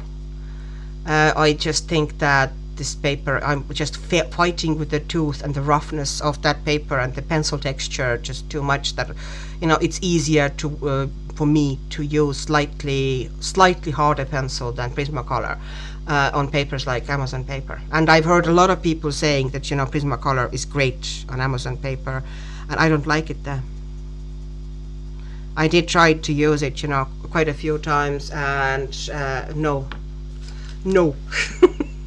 doesn't work for me. I use it in many different books, but not in Amazon books.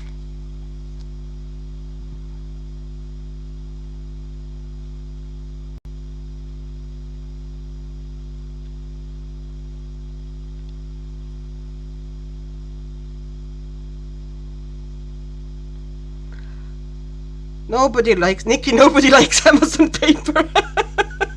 We cope with Amazon paper. We don't love it. We cope with it.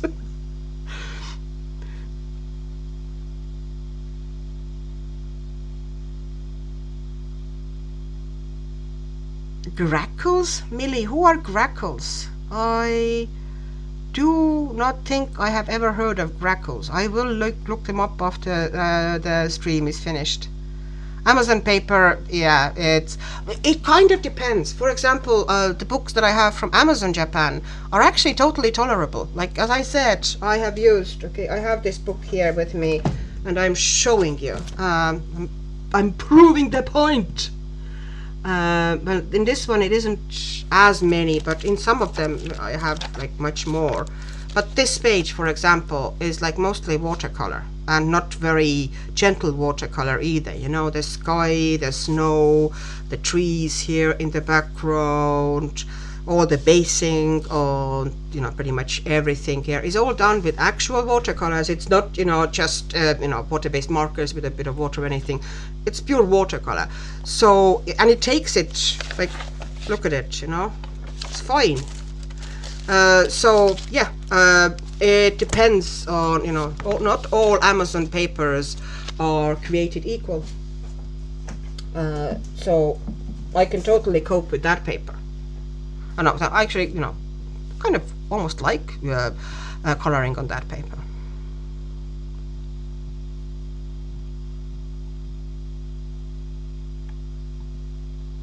Yeah, that's the thing, Jackie. Yeah, I agree. Amazon paper is seriously overpriced now too. I reckon you can't get much better books for the same price. Yes, you can. You can get pretty much I've seen Amazon books costing 20 euros, and you can get for the same price Emilia Liederhall Öberg, really good quality, fantastic, stitch bound hardbacked book. This just doesn't make sense at all in my head.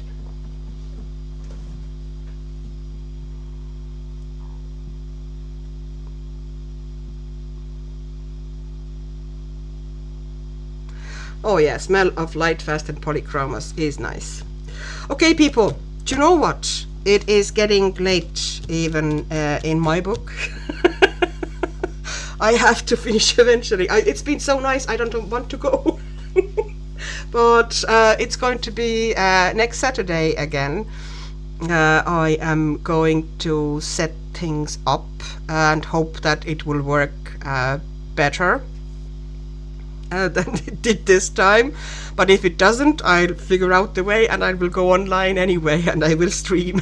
So we'll see how it's going to be. Yeah, Amazon are falling out of favor with me lately. Jackie, yeah, it's just no. I still like the Amazon Japan paper, but it's just like price-wise, I don't understand. Like the quality is just so much worse.